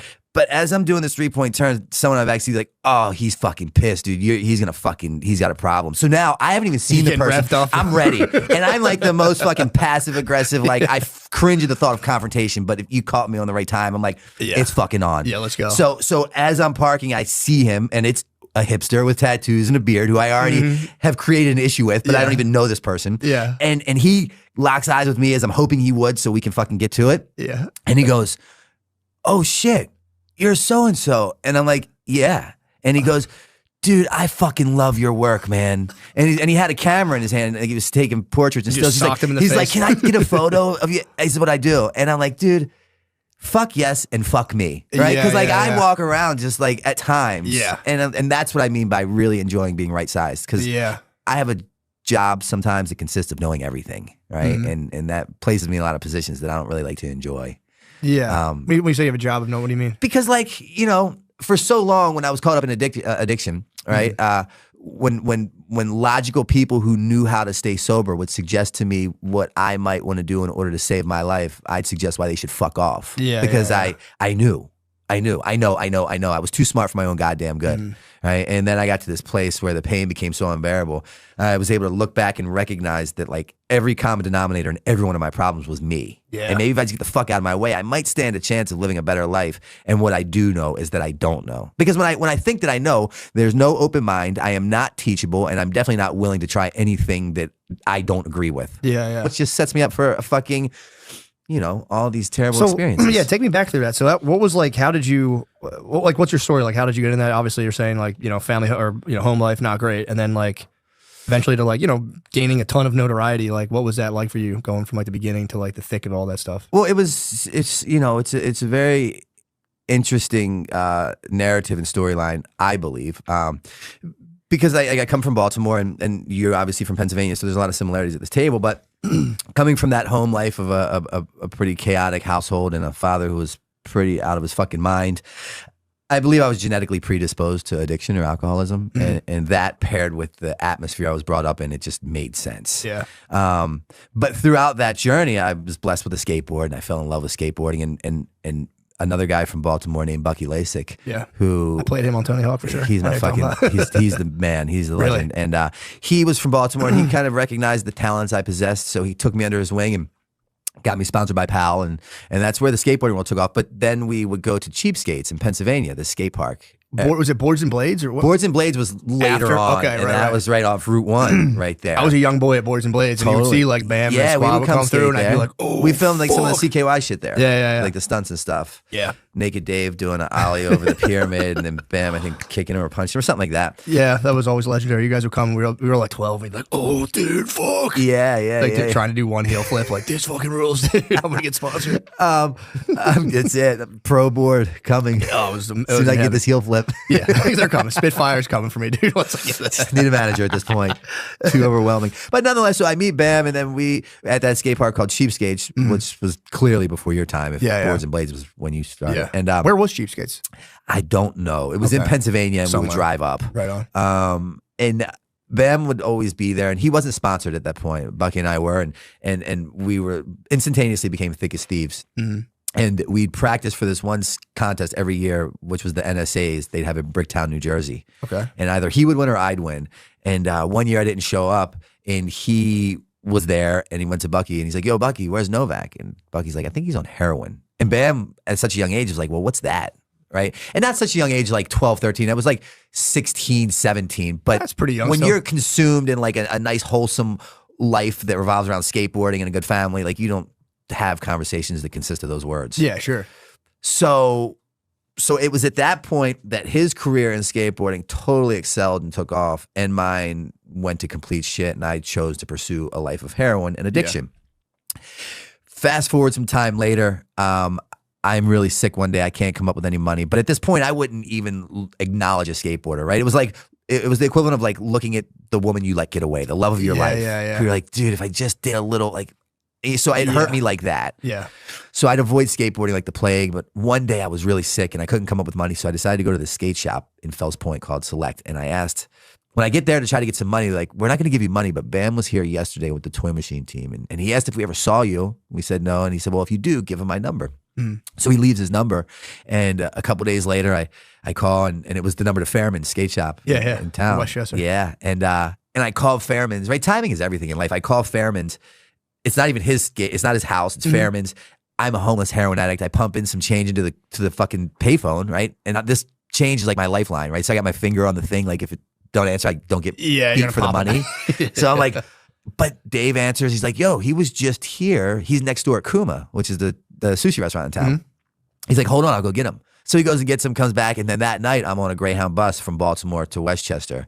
And he's like, yo, come live with me. You know, you can at this point he had done the CKYs and then Viva La Bam had just started, and he allowed me to be a guest on the show and started to get paid by Viacom. And I could do all this shit. I just couldn't. I could have a credit card. I could live at his house rent free. I just wasn't allowed to do heroin. Okay. that was the stipulation. No problem. I was cool with like Coke and alcohol because that was like I wouldn't steal your shit when I wanted more Coke. Yeah. you know? That makes sense. So that was kind of how I like, and then throughout that process, Bam would always be like, yo, your stories are like the fun. He always loved the positions I ended up in as a direct result of my heroin addiction. Like letting gay men shave my asshole for rent money and fucking, you know, letting men blow me for more dope and just getting stabbed in the head with an ink pen and fucking like all this nonsense.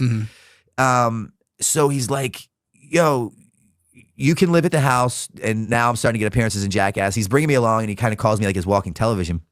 But he then one night we would go to Kildare's after a rap. We'd rap for the day. Cass and the crew would go there. And humongous table of like 40 or 50 in a bar. And, and he'd like, tell this story, tell that story. And you could literally hear a pin drop. And it was then that he's like, yo, you're going to write a book. Now, I had not graduated high school at this point. I had no GED. I had nothing. had no part of ever wanting to write a book. He's like, you're gonna write a book.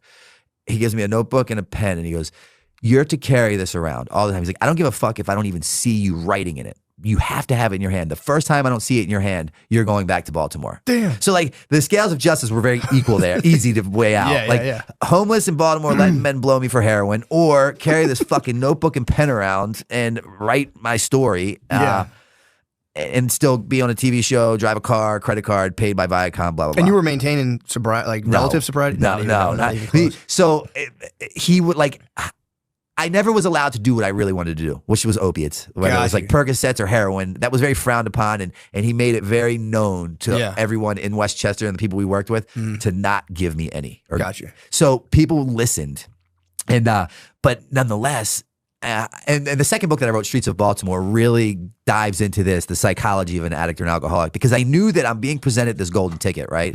I can become this household name, making money, I can live in this fucking mansion, drive a car, blah, blah, blah. Yeah.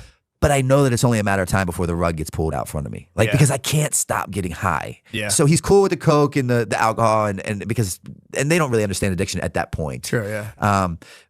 But like inside of me, I can't wait to get back to Baltimore to fuck. So I'd tell him lies like I have to go back and get my favorite pair of jeans. And I'd fucking go back and end up there for 3 weeks. Damn. And just lost in Baltimore shooting dope. Jeez. And so he'd kick me out. I'd go to rehab and a lot of wash, rinse, repeats of that. Sure, yeah. Later on, he then comes with this new idea. I'm going to write this book. I have no desire to write a book, but I had read a book called A Million Little Pieces by James Frey, a brilliant book, and I love the outline of that. So I'm no fool by any means, and I went and I just copied his outline, and I wrote a fucking 12 chapters, pen to paper, right, no laptop, anything. And my co-author is a man named Joe Franz, who made all the CKY videos, filmed the Viva La Bams and Jackass, and he did not want that job, but Bam was like, dude, you're going to do this. Because no one wanted to work with me. I was like, I was not a good fucking employee. My behavior was rather erratic, to say the least. But he made him kind of do this. And then a year later, I'm like, I think I'm finished. And Bam started reading. He's like, dude, this is really something. So then he gives it to Joe. Joe turns 12 chapters into 23. And we get a literary agent off of Bam's manager, finds me a literary agent, shops around, and it gets fucking picked up. And it does like really, really well. What was it? This is your first book, The right? first this book, was Dream Seller. Dream Seller. That's a nice title, too. Which was fucking, I mean, that's what I did for a living, right? Like I'd make people believe the unbelievable. I'd build your hopes up to like make you believe that like it was going to be different this time. Just in hopes for you to believe in me enough for me to get some cash out of you. To only apologize and just a wash, rinse, repeat. And that's kind of what my life looked like for a long time. But that's how I ended up in all these places and doing all these things. That what I didn't know then that's really rad now is that's life. It's live forward and learn backwards. And I didn't see that I was kind of being tasked with this fucked up position of addiction or alcoholism to then be later on blessed with recovery and use the very same platform that I gained notoriety from as being just this fuck up drug addict alcoholic to being this guy that's like, yo, if you want help, like I will help you. I have all these avenues to like get you out of where I once was. Yeah, can you put that into words? I'm always kind of fascinated by that when it's like, because it is obvious. Anyone who's on drugs, we know someone who's on drugs, you're like, dude, if you just don't do drugs, you won't have as many problems. And they're like, I have to do them. Sure. It's like, what is like the thought? Is it even a thought process, or is it just like a genuine, just like urge? At that point in time for me, I got to a place in life where any person, place, or thing that stood between me and a bag of heroin must and will go. And it was never personal. It was just business, right? Because I'm a good guy with a great heart, and I was raised by a loving mother who taught me to show kindness and compassion to humanity. But don't catch me when I'm withdrawing. You know what I mean? So it's like, so what, I own treatment centers today. I own sober living houses. I'm totally immersed in that world. And the truth of the matter is,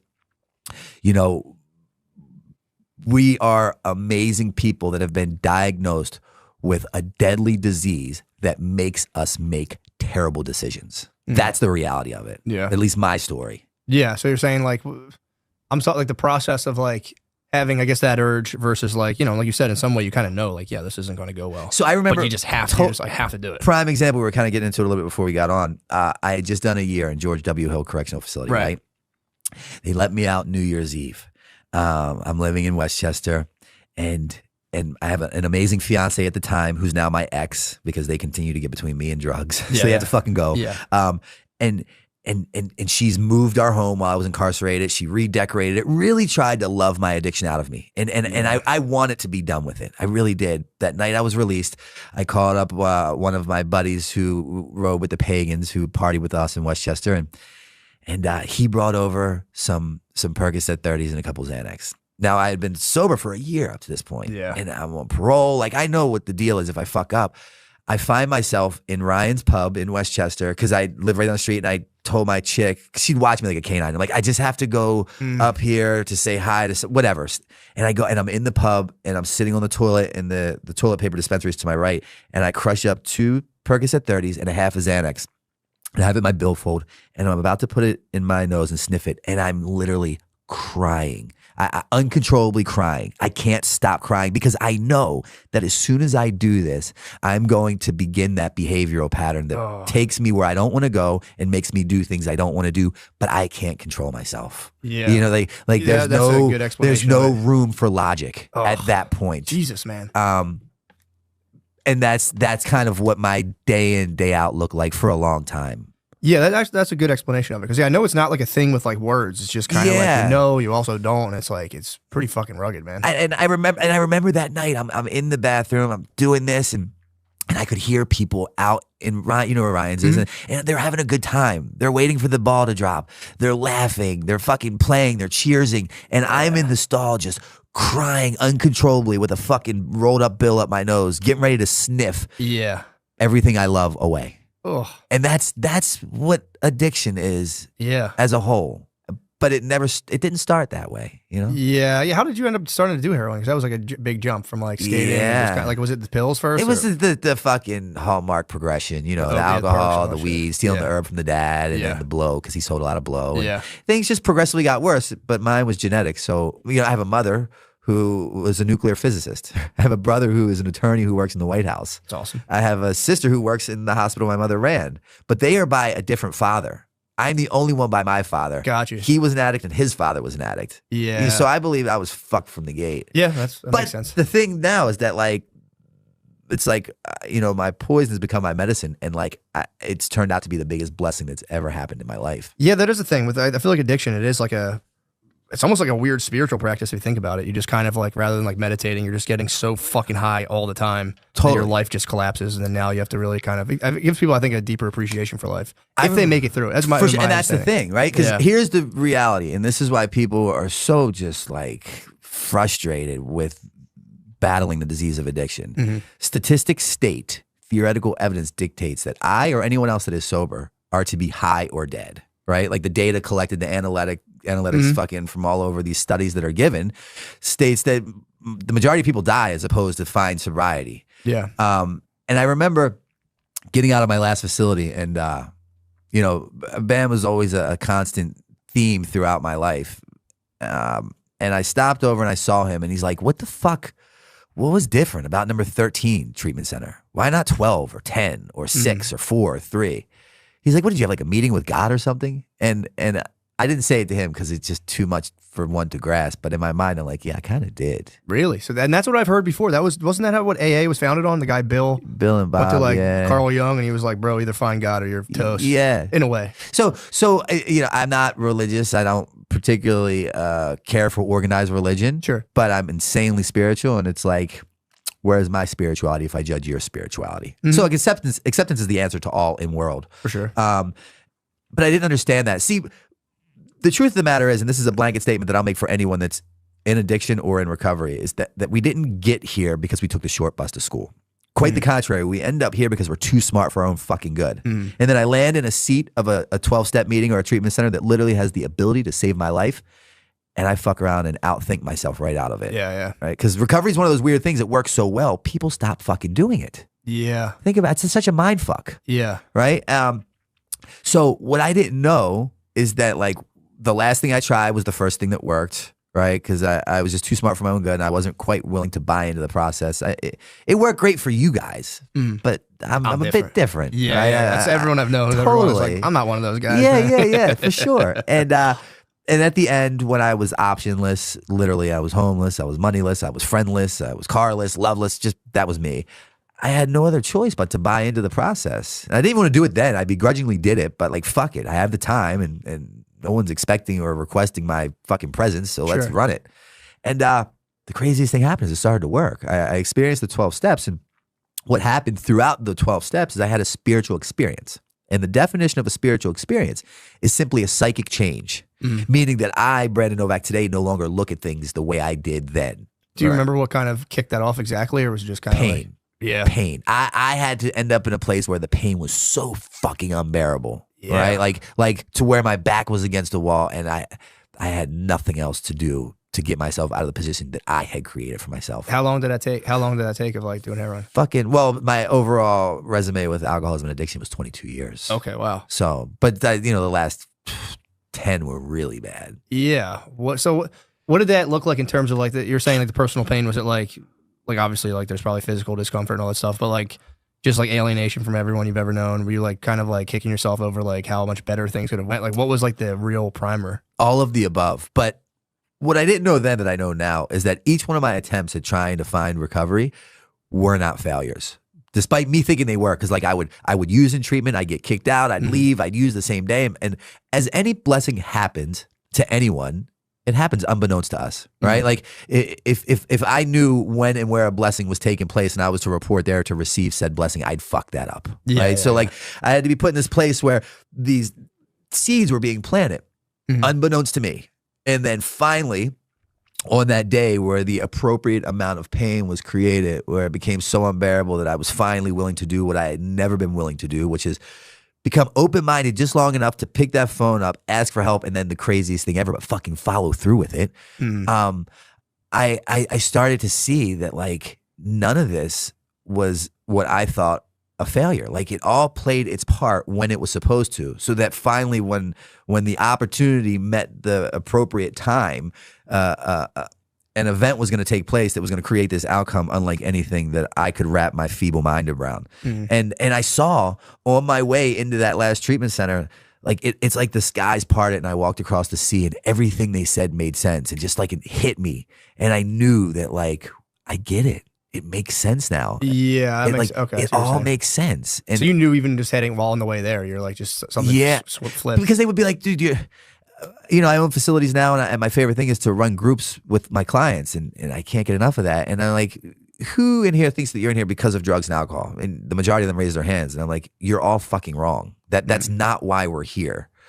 The drug and the alcohol is not the problem. So right out of the gate, no wonder you keep repeating your behaviors because you're fighting the wrong fucking opponent. You're in the wrong ring. You're going to lose every time. Yeah. Right? The problem is the thinking and the attitude and the behavior. Right? So as long as I continue to repeat the behaviors, I'm going to repeat the outcomes where I end up in a place where the only answer is a shot of heroin or a glass of wine. Yeah. So once I realized the alcohol is the solution, not the problem, I've now identified, right, who my opponent is. It's my behaviors. So I had to change my behaviors to change the outcomes. I started to then gain a better understanding of the reality of my situation. And what I learned is the reason why I got beat so bad is because A, I always underestimated the opponent that I was up against because I was the great I am. And B, I never gave it the time, attention, or respect it deserved.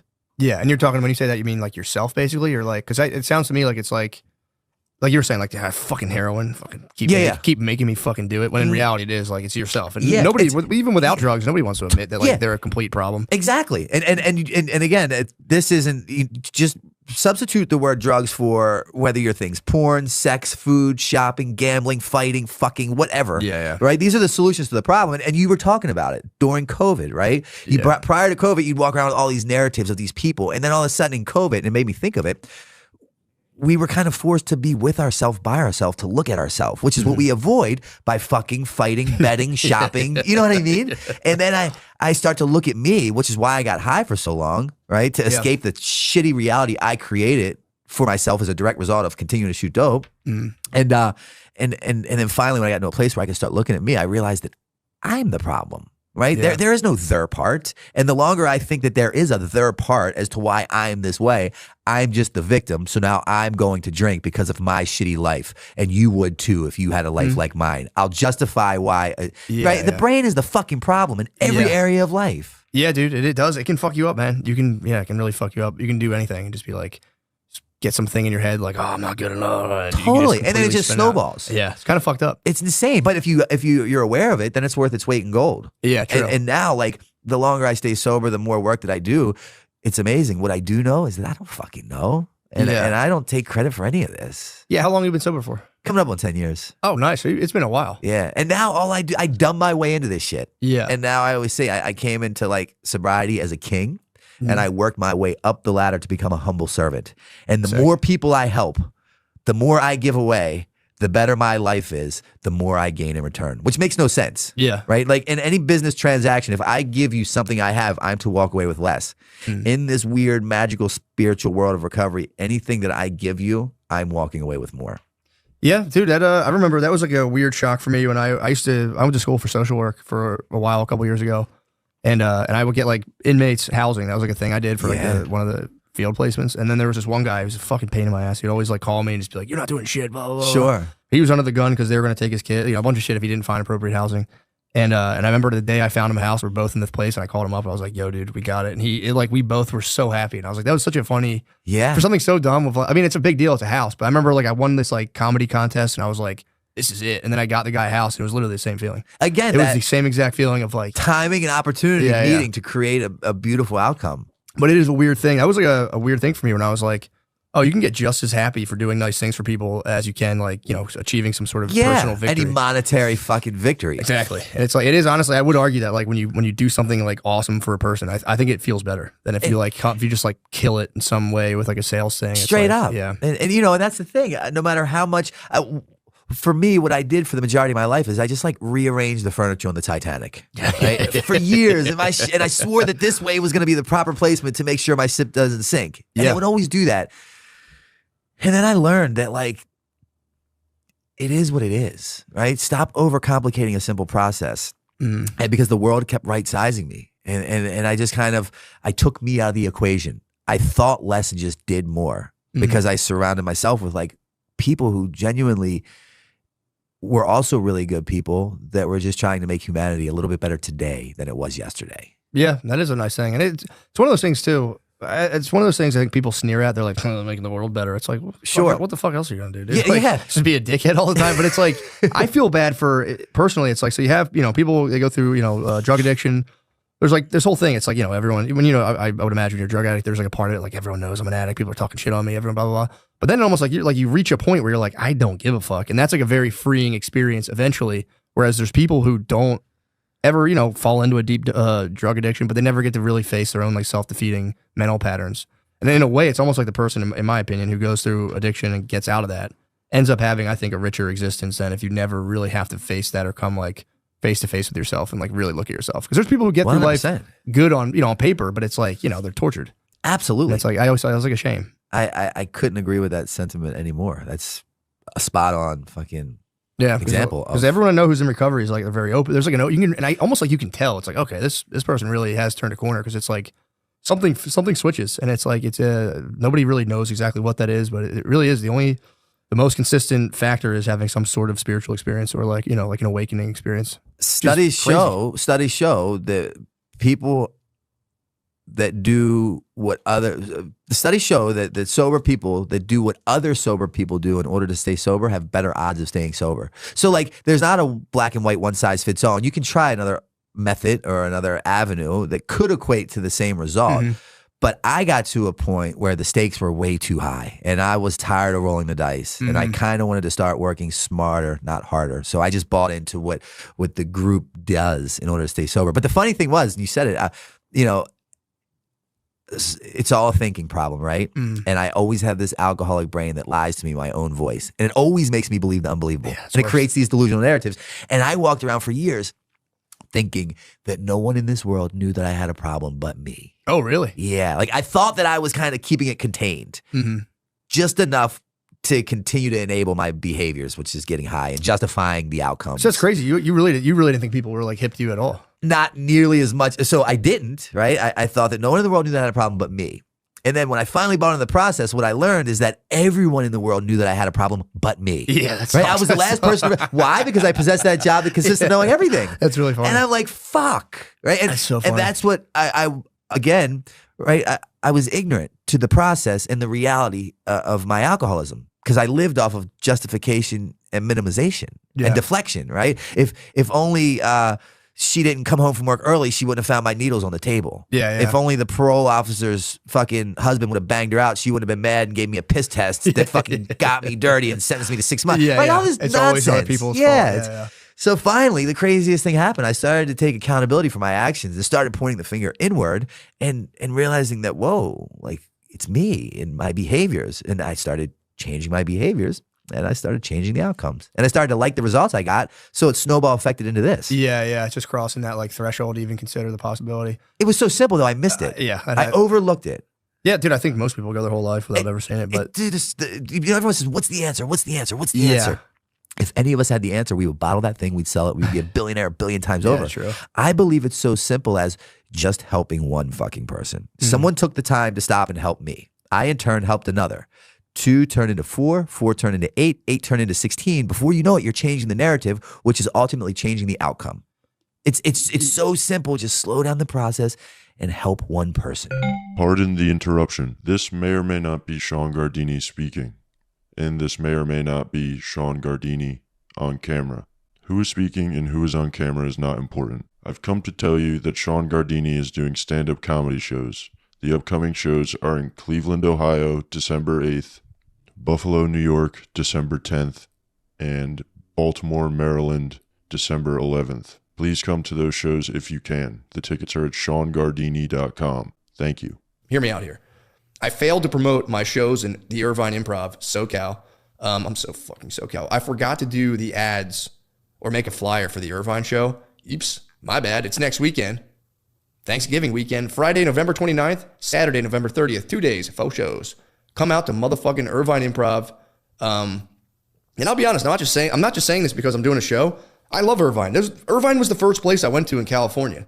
And I was telling someone recently, I'm like, I fucking love Irvine. And they lived in LA. And like, are you kidding? Are you trying to be funny? I'm like, no, why?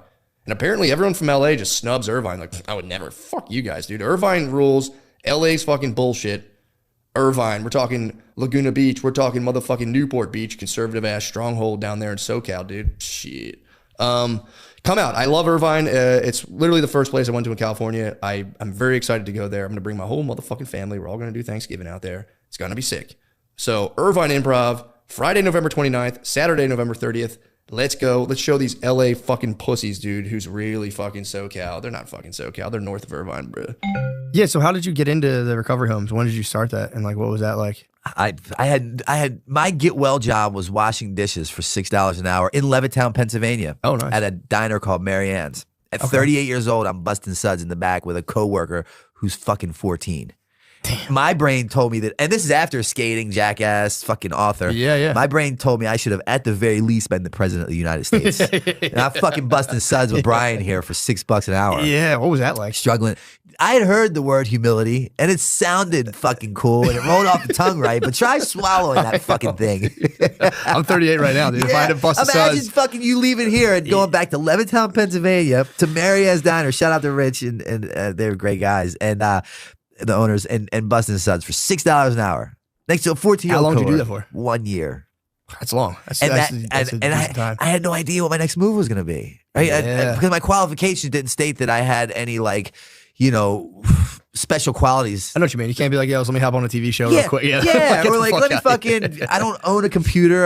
I skipped that whole, I went from skating to heroin. I wrote my book, pen and paper. I can pawn laptops great. I don't use them. Even to this day, I don't email. I got my first ever computer during COVID. I used it 7 times and gave it the fuck away. Really? Yeah. So are you all like, do you fuck with like the Instagram and all that yeah, stuff? Okay, I so like you do that. But Gotcha. like the thought of an app gives me anxiety. I got what you're saying. Yeah. Right? And I'm just like stubborn by nature. So So you're busting the suds for a while. Then Yeah. how did you get into the recovery but I space? started like that job that I thought was so fucking beneath me turned out to be the foundation of who I am today. And I think by social standards and regards, I could be considered a pretty successful guy. I have all these different businesses and properties and blah, blah, blah.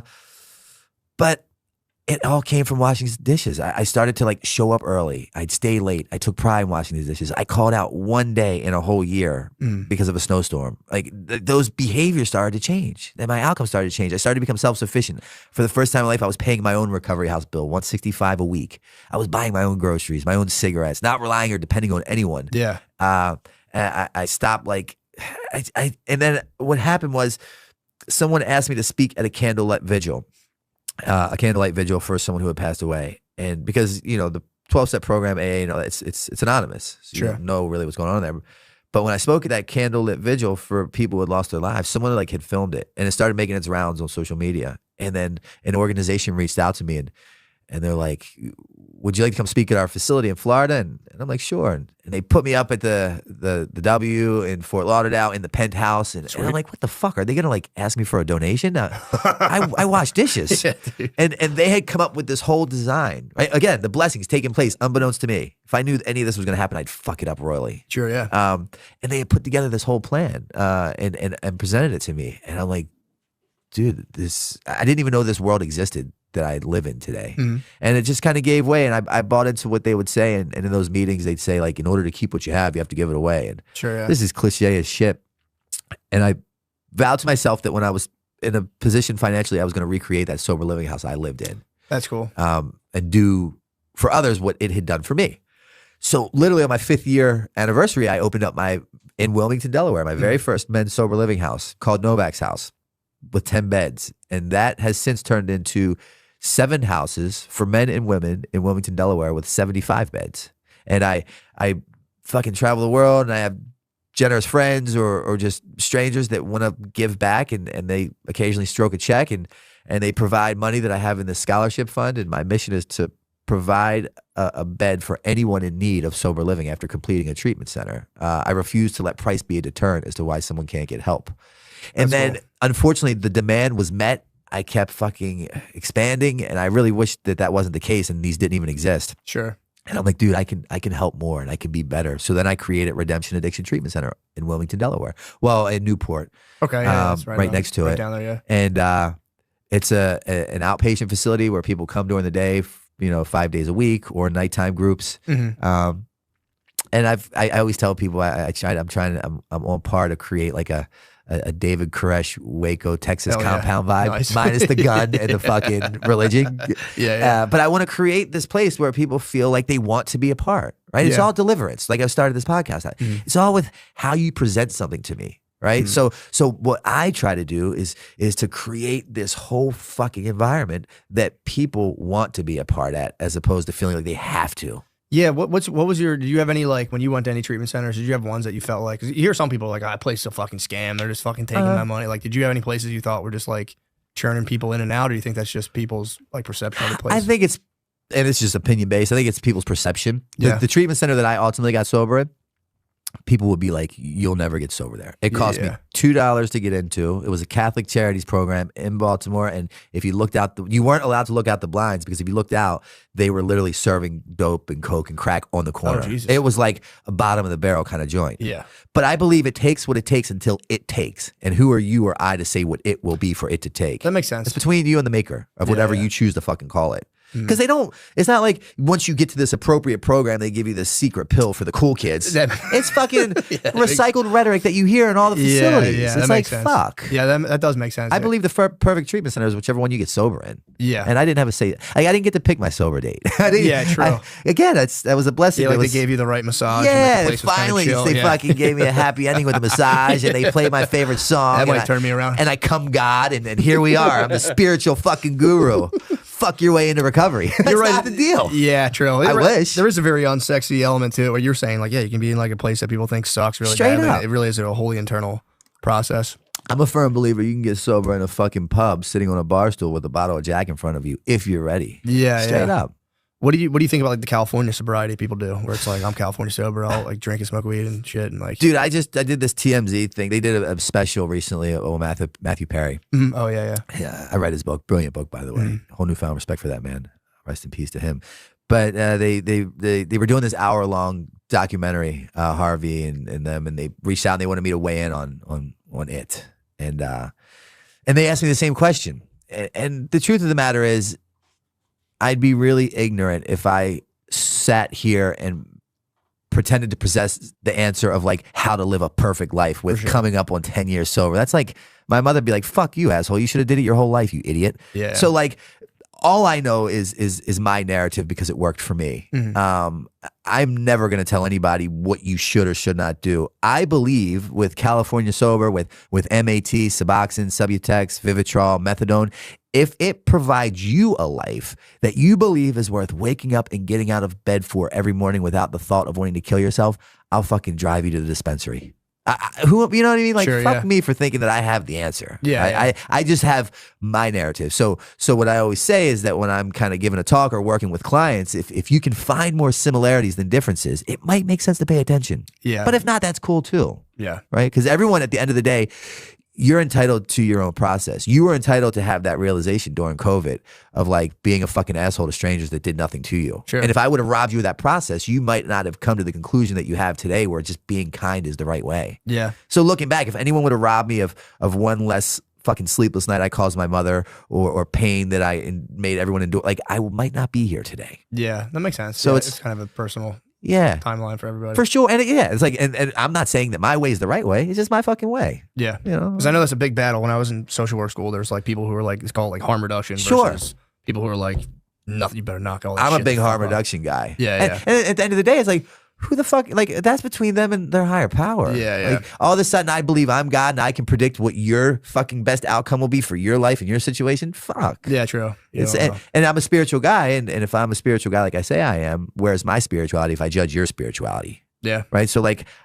I believe my higher power is everything. I think it's crack. I think it's heroin. I think it's life, death. It's like, what's love without sadness? What's joy without sorrow? Right? You have to have all these. Without those fucking overdoses, without life support, without fucking ruining my life, I would not be the child of, I hate to say God because people are like, oh, this religious fuck, but a child of God today who I really like do my best to help humanity. I wouldn't be here. I'd still be in that position of like, what the fuck's wrong with you? You think you have it figured out, you fucking idiot? You deserve what you get. Yeah. And that's where I'd probably be. Yeah, well, it is funny. People, I've talked about this before, but it is funny how that is like, the God talk's taboo now. Before Totally. it was like you couldn't talk about sex. Now you can be like, I'm fucking jizzing. And everyone's like, but if you're like, Yeah, the whole Me Too movement at that point. true. Yeah. But if you mention God, people are like, what the fuck? Totally. And it's like a pretty wholesome, I think it's a very wholesome concept. But it got tainted by, I think, people just being like the religion aspect of being like, you're going to hell because you fucking came. For sure. It's like that. And that's a shame. But sucks. but you need those people, right? Those people are just as important as the other ones that aren't those people to make me realize how much I don't want to be like that.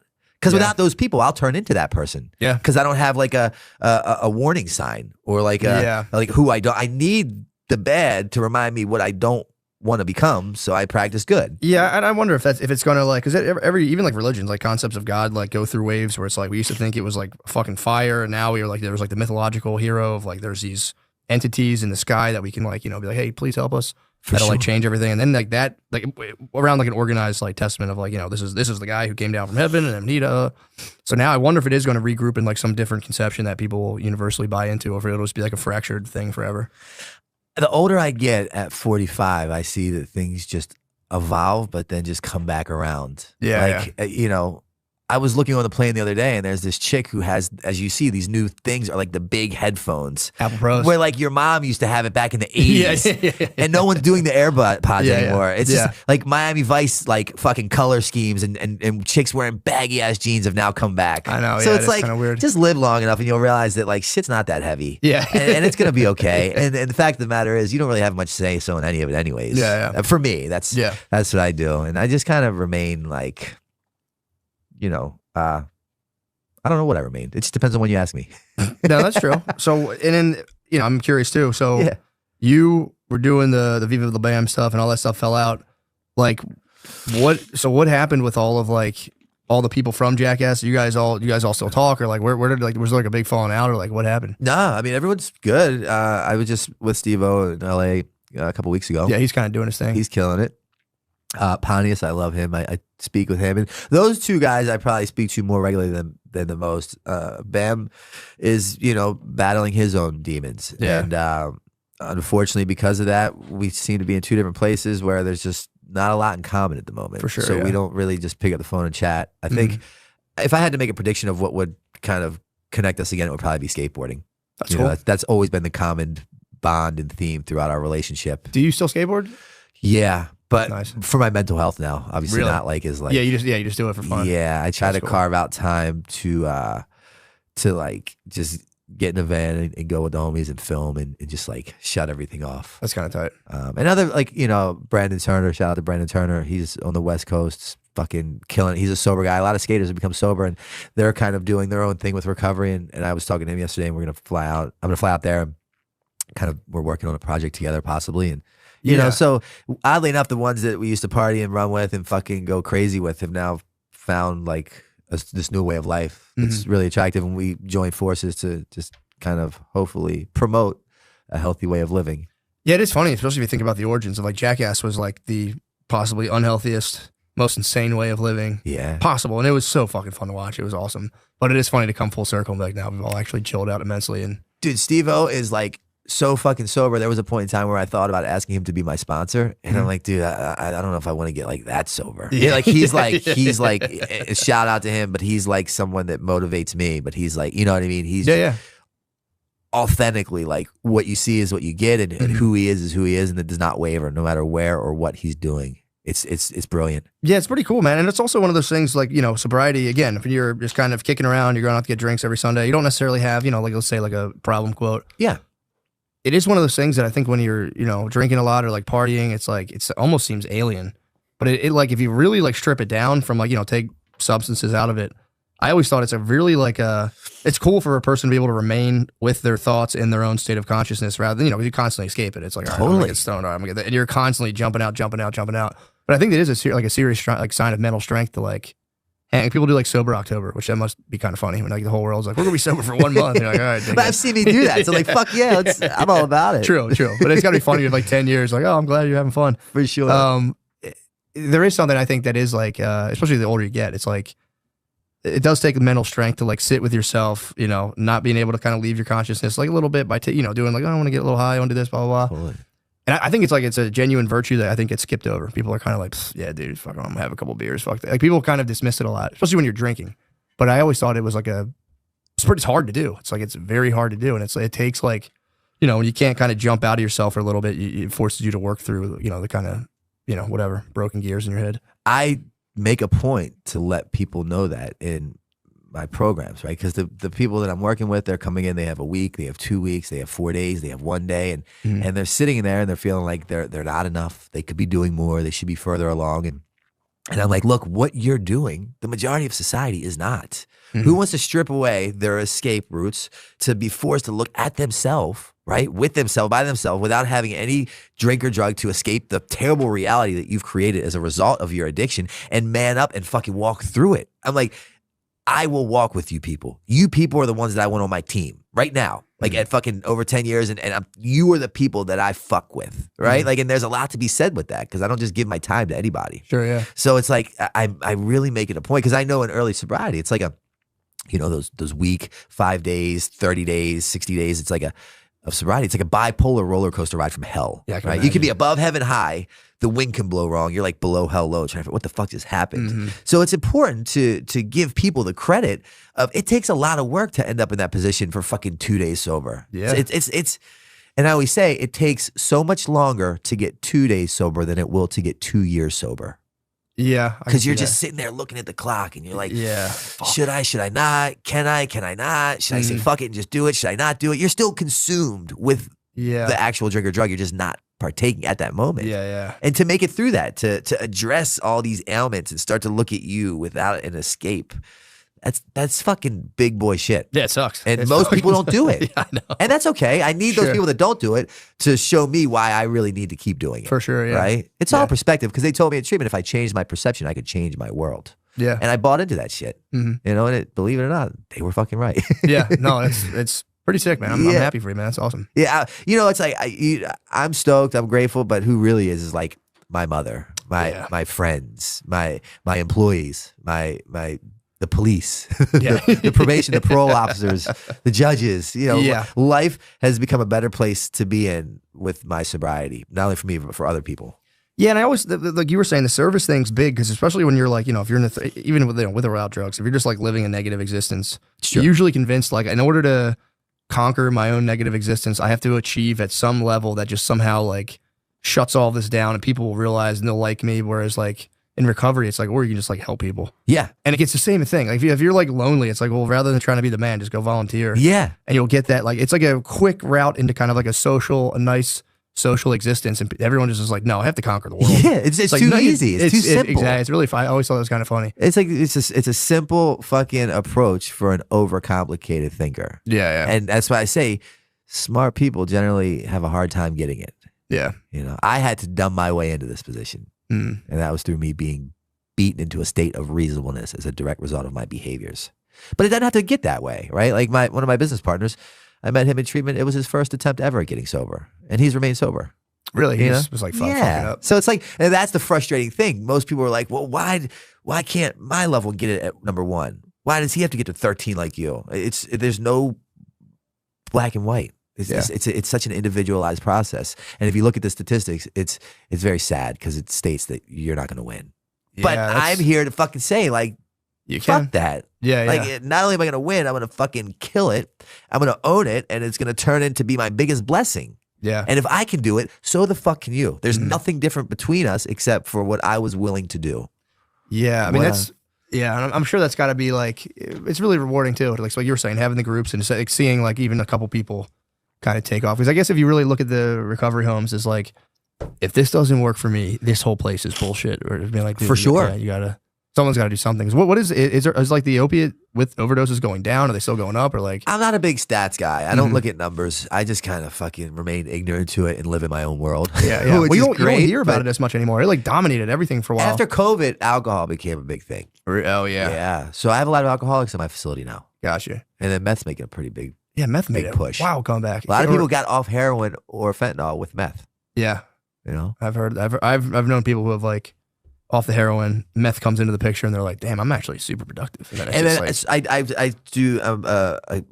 I work with the DEA. I'm like a keynote speaker for the DEA at these summits that they have all over the nation. And I was just doing an event with them in St. Louis, and they were like, "Yeah, cocaine's making a big comeback. We're fucking busting down big shipments of cocaine." So, kind of like how I said Miami Vice was cool again. all Like comes crack around. could be cool again soon with like the Very well. 80s. You know what I mean? Yeah. Like that's usually how the world works. Do you think they should legalize drugs? Do you think that'd be easier to help people, or do you think it would make things worse? I think so. You know, I don't know about legalizing it, but I do believe in like safe injection sites. And Philly was going to be the first place to do that. Yeah. And then they shut it down at the midnight hour. And their fear was that like it could trigger others in the community to want to get high. And maybe that's the case, but for me, I would never walk past a safe injection site and be like, I think I want to go in there and shoot up heroin. Yeah, I don't think it would. I think they did this in London or Britain, whatever, And years ago. And I believe worked. it works. In Sweden, I think maybe. Yeah. And what I think would be beautiful about it is you use it as a portal, right? It's a major harm reduction approach. They give you clean needles, clean water, clean cotton. And they test, obviously, the drugs. And then they test the drugs. And the majority of the people that are in there don't really want to be in there anymore. That's kind of what it's lost its allure. Exactly. You're in like a doctor's bench. Yeah, You're you're being fucking monitored as you shoot up with some weird guy to make sure you don't die, to inject you with Narcan. So at the very least, when you do say you're ready, bam, we have avenues to get you. Yeah. But now check this out. Me being a major advocate for that, right? I own where I live in Old City, right, in Philly, and a really nice place. And someone said to me, they said, well, would you want it next to your house? And I'm like, no. Yeah, because it fucked my property value up, right? And I'm just being transparent and open. Sure, and like, for sure. So there's two sides to every fucking coin. Yeah. Yeah, that's true. Yeah, then again with that, you're gonna have people like popping door handles and all this shit. It's like, yeah, because you're like straight up. not So here. I really just try to remain like Switzerland in a lot of fucking plays. That makes just sense, neutral yeah. and adapt accordingly. At least you're honest, because I heard people be like, I wouldn't care, and it's like, Yeah, you sure? Yeah. That's just the truth of the matter. Now, not saying that like, if the opportunity presented itself and they were going to do it, I would still back it. But in my mind, I'm like, couldn't you just go a neighborhood over? You know what I mean? Like, I wouldn't vote no on it. Let's put it that way. I would not vote no on it, but I would definitely vote for it to be in the next neighborhood over. For sure. Yeah, that makes sense. Everybody would. Yeah. So it's just, I don't know. It's such a individualized thing. I don't know what the approach is except for just taking the time to help one person. Yeah. That's it. One person. True. and that one person who helped me. Just think about all the heroin that I stopped injecting, all the people I stopped hurting, the one less needle that's being found on your kid's playground because I stopped shooting up. Yeah, man. Like, it goes that far. It's crazy. And again, like you were saying, like people, you get kind of mired in the cliche of it, but it is pretty nuts to think about that. Like if, if that guy that day had been like, fuck him, I don't feel like doing Straight this. up. Like you were saying, your mom's upset, you're burning bridges, you're ripping shit off, you're going to jail, all the shit. And it's like, it's pretty crazy. You think about the ripple effect. And I believe that that's the approach that will change the outcome. I mean, it's put it this way. So in Delaware, where all my sober living houses are, my treatment center as well, we really wanted the community to see, because in there they said, well, we don't really want them in our neighborhood, right? I get it. So one of the stipulations with the Novak's house is when it snows, you have to go out and you shovel your neighbor's porch and their driveway, and like you be kind to humanity and society.